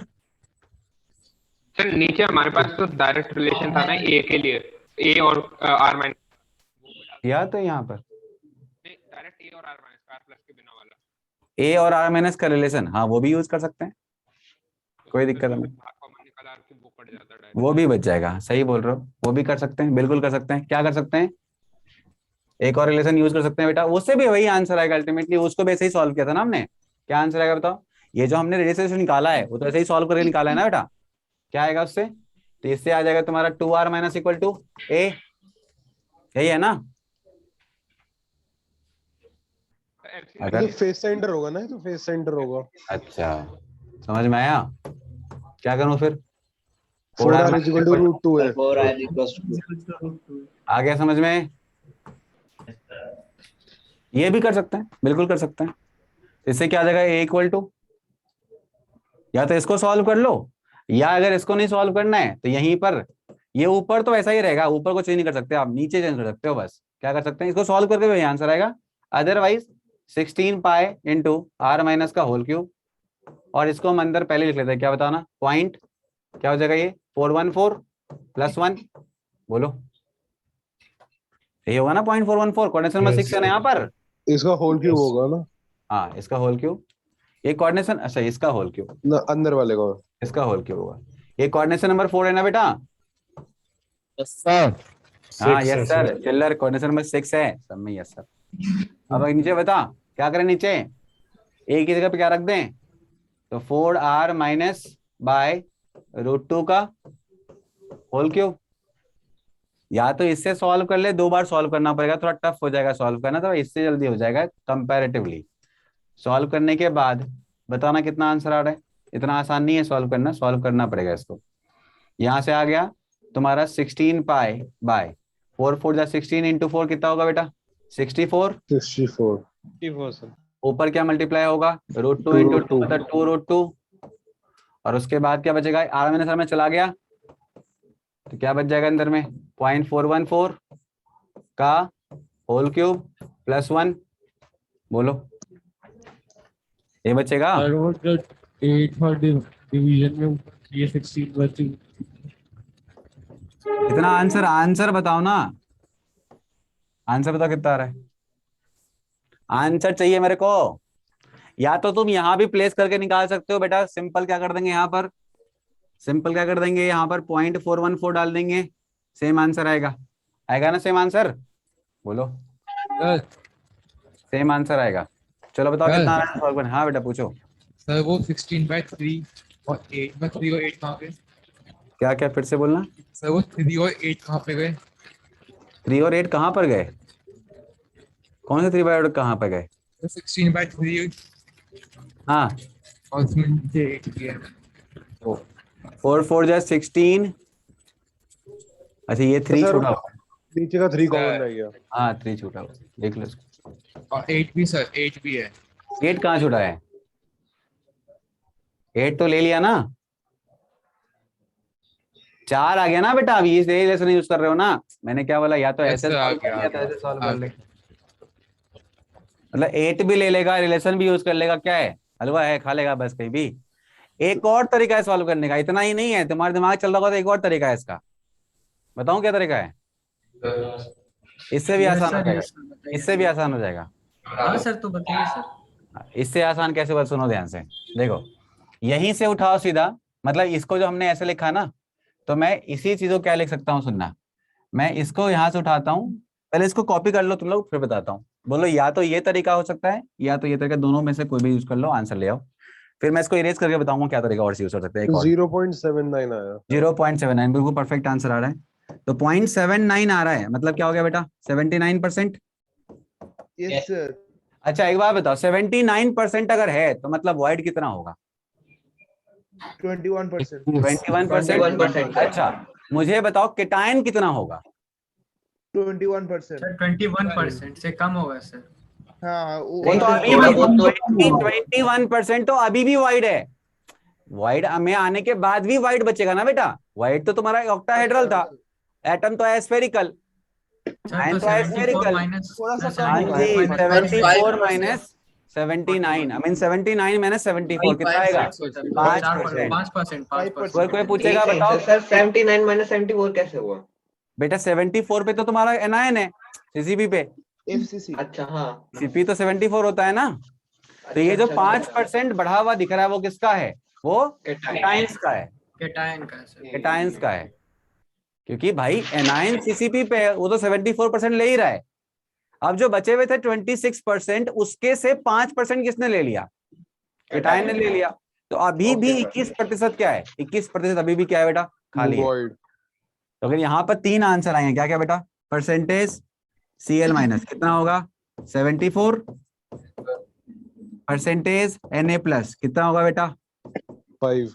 79 माइनस 74 5%। और परसेंटेज वॉइड कितना होगा? 21%। आ गया समझ में?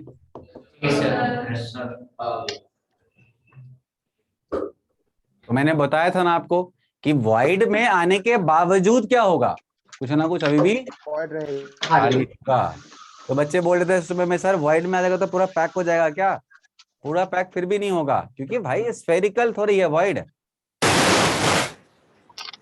आवाज गई सर। हम भी जा रहे हैं। आवाज गई। टाइम भी हो गया। राजेश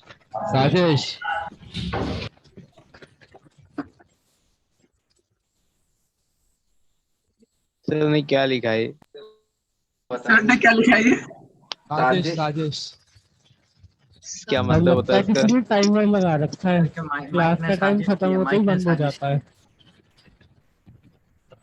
अच्छा साजिश।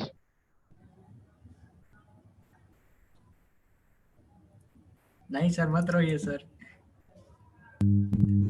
सर हम आपके साथ है सर, आप टेंशन मत लो। Bye sir. Yes sir.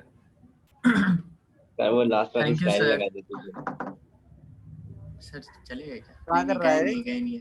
अभी आ रहे हैं, इधर ही है। एक और तरीका बताया था ना करेंगे इसका, बोलो। Yes sir. सर इसको मिटाइए मत। तो बच्चे तो बाय भी बोल गए। हाँ बाय बोल के तो जाने दो उनको, उन्हें खाना खाने जाना है। कोई नहीं जा रहा सर। सुनो इधर, सर को छोड़ के कैसे जा सकते हैं सर? और क्या यार, तुम लोग ऐसे बहुत ही धोखेबाज। मैं भी आपके साथ हूँ सर। आगरा सेंटर के 7 बच्चे चले गए। कहाँ चले गए? छोड़ चले गए? नहीं सर, हमें लगा कि आप चले गए। अबे हमने जब बोला हम करवा के जाएंगे तो तुम लोग कैसे कौन होते हुए बोलने वाले नहीं हम जा सकते, जाएंगे हम मार करेंगे। क्योंकि सर टाइम भी हो गया ना, इधर देख 22 हो गया टाइम हो गया तो हमने देखा नहीं टाइम, तुम्हें वो टाइम दिख रहा है मतलब। इधर देख लड़। अब इसको एक और तरीका करते हैं इसको तो कॉपी कर लिया सबने, ये भी वही सेम आंसर देगा आपको। इसको इरेज करके इसको तरीका एक और करते हैं, सुनो ध्यान से। आई मीन थोड़ा सा कैलकुलेशन आसान हो जाएगा, ऑल्दो बहुत आसान भी नहीं होगा तो मेरे को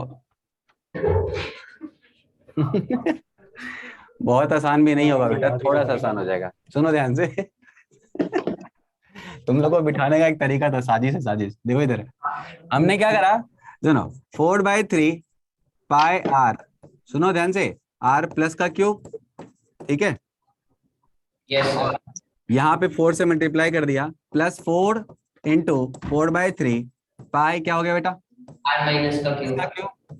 अच्छा डिवाइड बाय अगर देखा जाए तो क्या है यहाँ पर ए क्यूब है, और ए क्यूब की वैल्यू कितनी है बताओ। ए क्यूब की वैल्यू है तुम्हारी 4r minus y 4r minus y क्या है √2, यही है ये का, यही है ना, इसका होल क्यूब है, होल क्यूब हो गया, होल क्यूब हो गया, होल क्यूब। अब अगर सुनो ध्यान से, अब अगर हमने इसको इंडिविजुअली डिवाइड कर दिया, सुनना ध्यान से बेटा, अगर हमने इसको इंडिविजुअली डिवाइड कर दिया तो इंडिविजुअली डिवाइड करेंगे तो 4 कैंसिल है ना। तो अगर आप इसको इंडिविजुअली डिवाइड करोगे तो क्या आएगा कि मेरे पास कुछ ऐसा आएगा कि 4 से 4 तो कैंसिल हो गया, और यहाँ बच जाएगा 4√2/3, यही आएगा ना बेटा।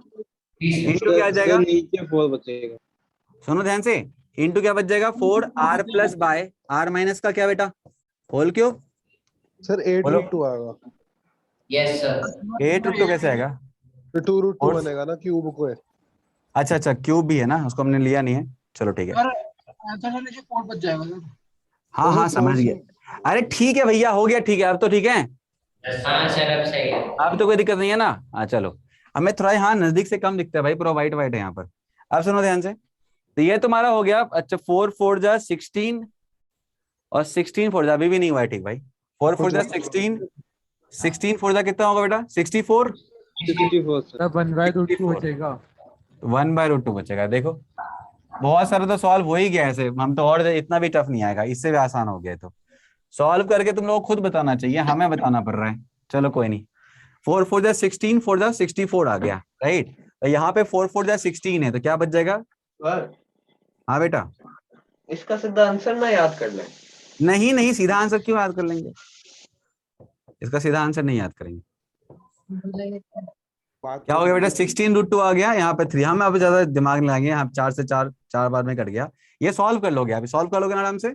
अच्छा प्लस में कर दो, क्या बच जाएगा बेटा, उसके बाद जो बचा हुआ है क्या है वो 4 गुने 4/3 पाई r माइनस का होल क्यूब डिवाइड बाय क्या है ये नीचे जो भी है, वो ए क्यूब भी तो है, बोलो जो भी ए क्यूब भी तो है नहीं।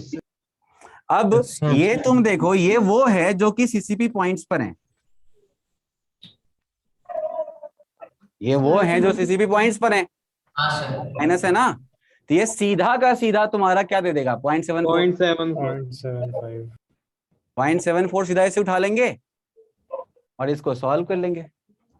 सर दूसरी साइड में r माइनस रिजल्ट को याद नहीं रख सकते, किसको याद रख सकते, जेड को यार इसके रिजल्ट को। हाँ याद तो करना ही है हमें, याद तो करना ही है। सर लेफ्ट साइड वाला कैसे आया, राइट साइड वाला कैसे आया सर, ये राइट साइड वाला क्या, इसको अलग अलग डिवाइड कर दिया ना, इसको पहले इससे डिवाइड कर दिया फिर इसको इससे डिवाइड कर दिया, प्लस है ऊपर, ये बीच में प्लस है ना। अब ये तुम्हारा कौन है, ये तुम्हारा कौन है बताना, ये कौन है, ये कौन है बेटा, सीसीपी है, कितना होता है ये 0.74, इसको सॉल्व कर लेंगे, ये कंपैरेटिवली आसान सॉल्व करना है। सर जो क्यूब को हम सॉल्व करेंगे वो बायनोमियल एक्सपेंशन से करेंगे पेपर में एस्टिमेशन, और कैसे करेंगे बताओ, इसका क्यूब कट जाएगा, केमिस्ट्री में बायनोमियल नहीं आएगा। सर आप बता दीजिए किसको याद करना है नहीं करना, याद करना है सर लाइक इसका तरीका सॉल्व करने का, इसका रिजल्ट। सर आपको हमारी शक्ल दिख रही है, ये दिख रही, सुनाया, इसका रिजल्ट याद करना है। सर आर माइनस का क्यूब राइट साइड वाले में कट जाएगा। कहाँ कट जाएगा बेटा? नहीं कटे ना कटे हमें उससे क्या मतलब है, हमें तो पता ही है 4/3 pi r cube into 4/a cube है जो कि सीसीपी पे है, वो 0.74 है। अब काटना क्यों है तेरे को? समझ गए। काटने में सबसे आगे तुम्हें रहना है, जरूरत नहीं काटने तो क्यों काट रहा है उसका? यहाँ काटो ना जो काटना है तुमको। कल आपकी एक्स्ट्रा क्लास होगी? क्या है? कल आपकी एक्स्ट्रा क्लास होगी? हाँ मैं सोच रहा हूँ कल एक एक्स्ट्रा क्लास लगवाने का। सर नहीं सर, फिजिक्स की क्लास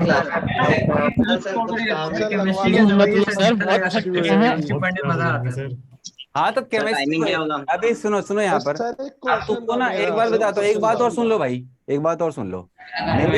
मेरे साथ जो लर्निंग प्रोसेस है ना वो कंपैरेटिवली कैसा होता है ना, मैं मास्टर की तरह कम तुम्हारे साथ जैसा बिहेव ज्यादा करता हूँ, क्योंकि मैं तुम्हारे हर डाउट को एंगेज करके बताता हूँ तो समय लगता है उसमें मेरे को। और बाकी टीचर्स बहुत देखना भी पढ़ाएंगे अभी बहुत सारे मास्टर्स, तो वो आपके पास उतना स्कोप होगा नहीं डाउट पूछने का, और होता भी नहीं इन जनरल क्योंकि सिलेबस कभी खत्म ही नहीं हो सकता फिर, तो मुझे इसलिए एक्स्ट्रा क्लास लगवाना पड़ता है। तो मैं लगवाऊंगा एक्स्ट्रा क्लास, मैं आराम से तैयार रहना, हो सकता है कल लगवा लूं, फिर तुम्हारा टेस्ट आ जाएगा ना बेटा, टेस्ट में फिर वही सब आ जाएगा, पूरा चैप्टर आएगा इसका, तो क्या करूंगा तभी? सर एक क्वेश्चन था मेरा छोटा सा। क्या बोल रहे हो सर? एक छोटा सा क्वेश्चन था मेरा। Sir the bond length and the bond angles in the molecules in a solid state are calculated by X-ray diffraction technique, neutron bombardment, proton bombardment, पहला X-ray। और सर ये क्या होता है सूडो सॉलिड्स? बताया तो था एमॉर्फस। स्टार्टिंग में तो लिखा था, स्टार्टिंग में लिखा था सूडो सॉलिड या सुपरकूल लिक्विड। ठीक है सर, भूल गया था। बेसिकली एक ब्रैग्स डिफ्रैक्शन होता है, ब्रैग्स डिफ्रैक्शन अब हमें पढ़ना नहीं है, आईटी सिलेबस में पहले था अब खत्म हो गया। तो ब्रैग्स डिफ्रैक्शन मेथड में उसने एक्सरे को ही यूज किया था, 2 लेयर्स के बीच के में जाके उसने TIR करवा के लेंथ निकाला था, तो वो सब हमें पढ़ना ही नहीं है। ठीक है, पहले जमाने में डिफ्रैक्शन एनएमएसटी में दे रखा है। हाँ तो उसको छोड़ देना, आईटी में नहीं हटा, 10 साल से हटा दिया मैंने। ठीक है सर वो टाइम टेबल निकल जाए। सर प्लीज नोट्स अपलोड करवा देना। हाँ अभी करवाता हूँ, अभी नहीं करेंगे तो फिर देख लेना क्या करूंगा। कंप्लीट हो जाते हैं notes. Sir electron microscope centre वाले जा सकते हैं? क्या करा सकते हैं? सर पिछले क्लास का नोट्स अभी तक अपलोड नहीं हुआ है यार, पता है वाले जाएं। गलती इसमें ना मेरी ही है, इसलिए मैं अभी करूंगा जाके, खुद से अपलोड करना होता है। अब हमारा सिस्टम थोड़ा सा अपग्रेड हो गया है, पहले ये लोग कर देते थे, अब हम ये लोग अपडेट ही नहीं कर रहे, तो मुझे खुद से करना है। टीचर ने बोला गया टीचर ही करेगा, बोला ठीक है भाई, मास्टर बना दिया है तो बना कर देंगे अपलोड। हमें पता नहीं था बेसिकली, आज पता चला। मैंने बोला ना बच्चों का 2-3 मैसेज आया हुआ था, सर अपलोड नहीं हुआ, तो मैंने बोला यार अपलोड नहीं हुआ, तो बोले सर आपको ही करना है वो। तो अच्छा ठीक है चलो कर देंगे हम, ठीक है सेव कर देता हूँ मैं, बाय। अरे कैसी डाउट क्या? Thank you sir. अबे जाओ घर, सो उठो, खाओ पियो, मजे करो। Good night sir. Sir message sir reply करना। हाँ रिप्लाई। Thank you sir.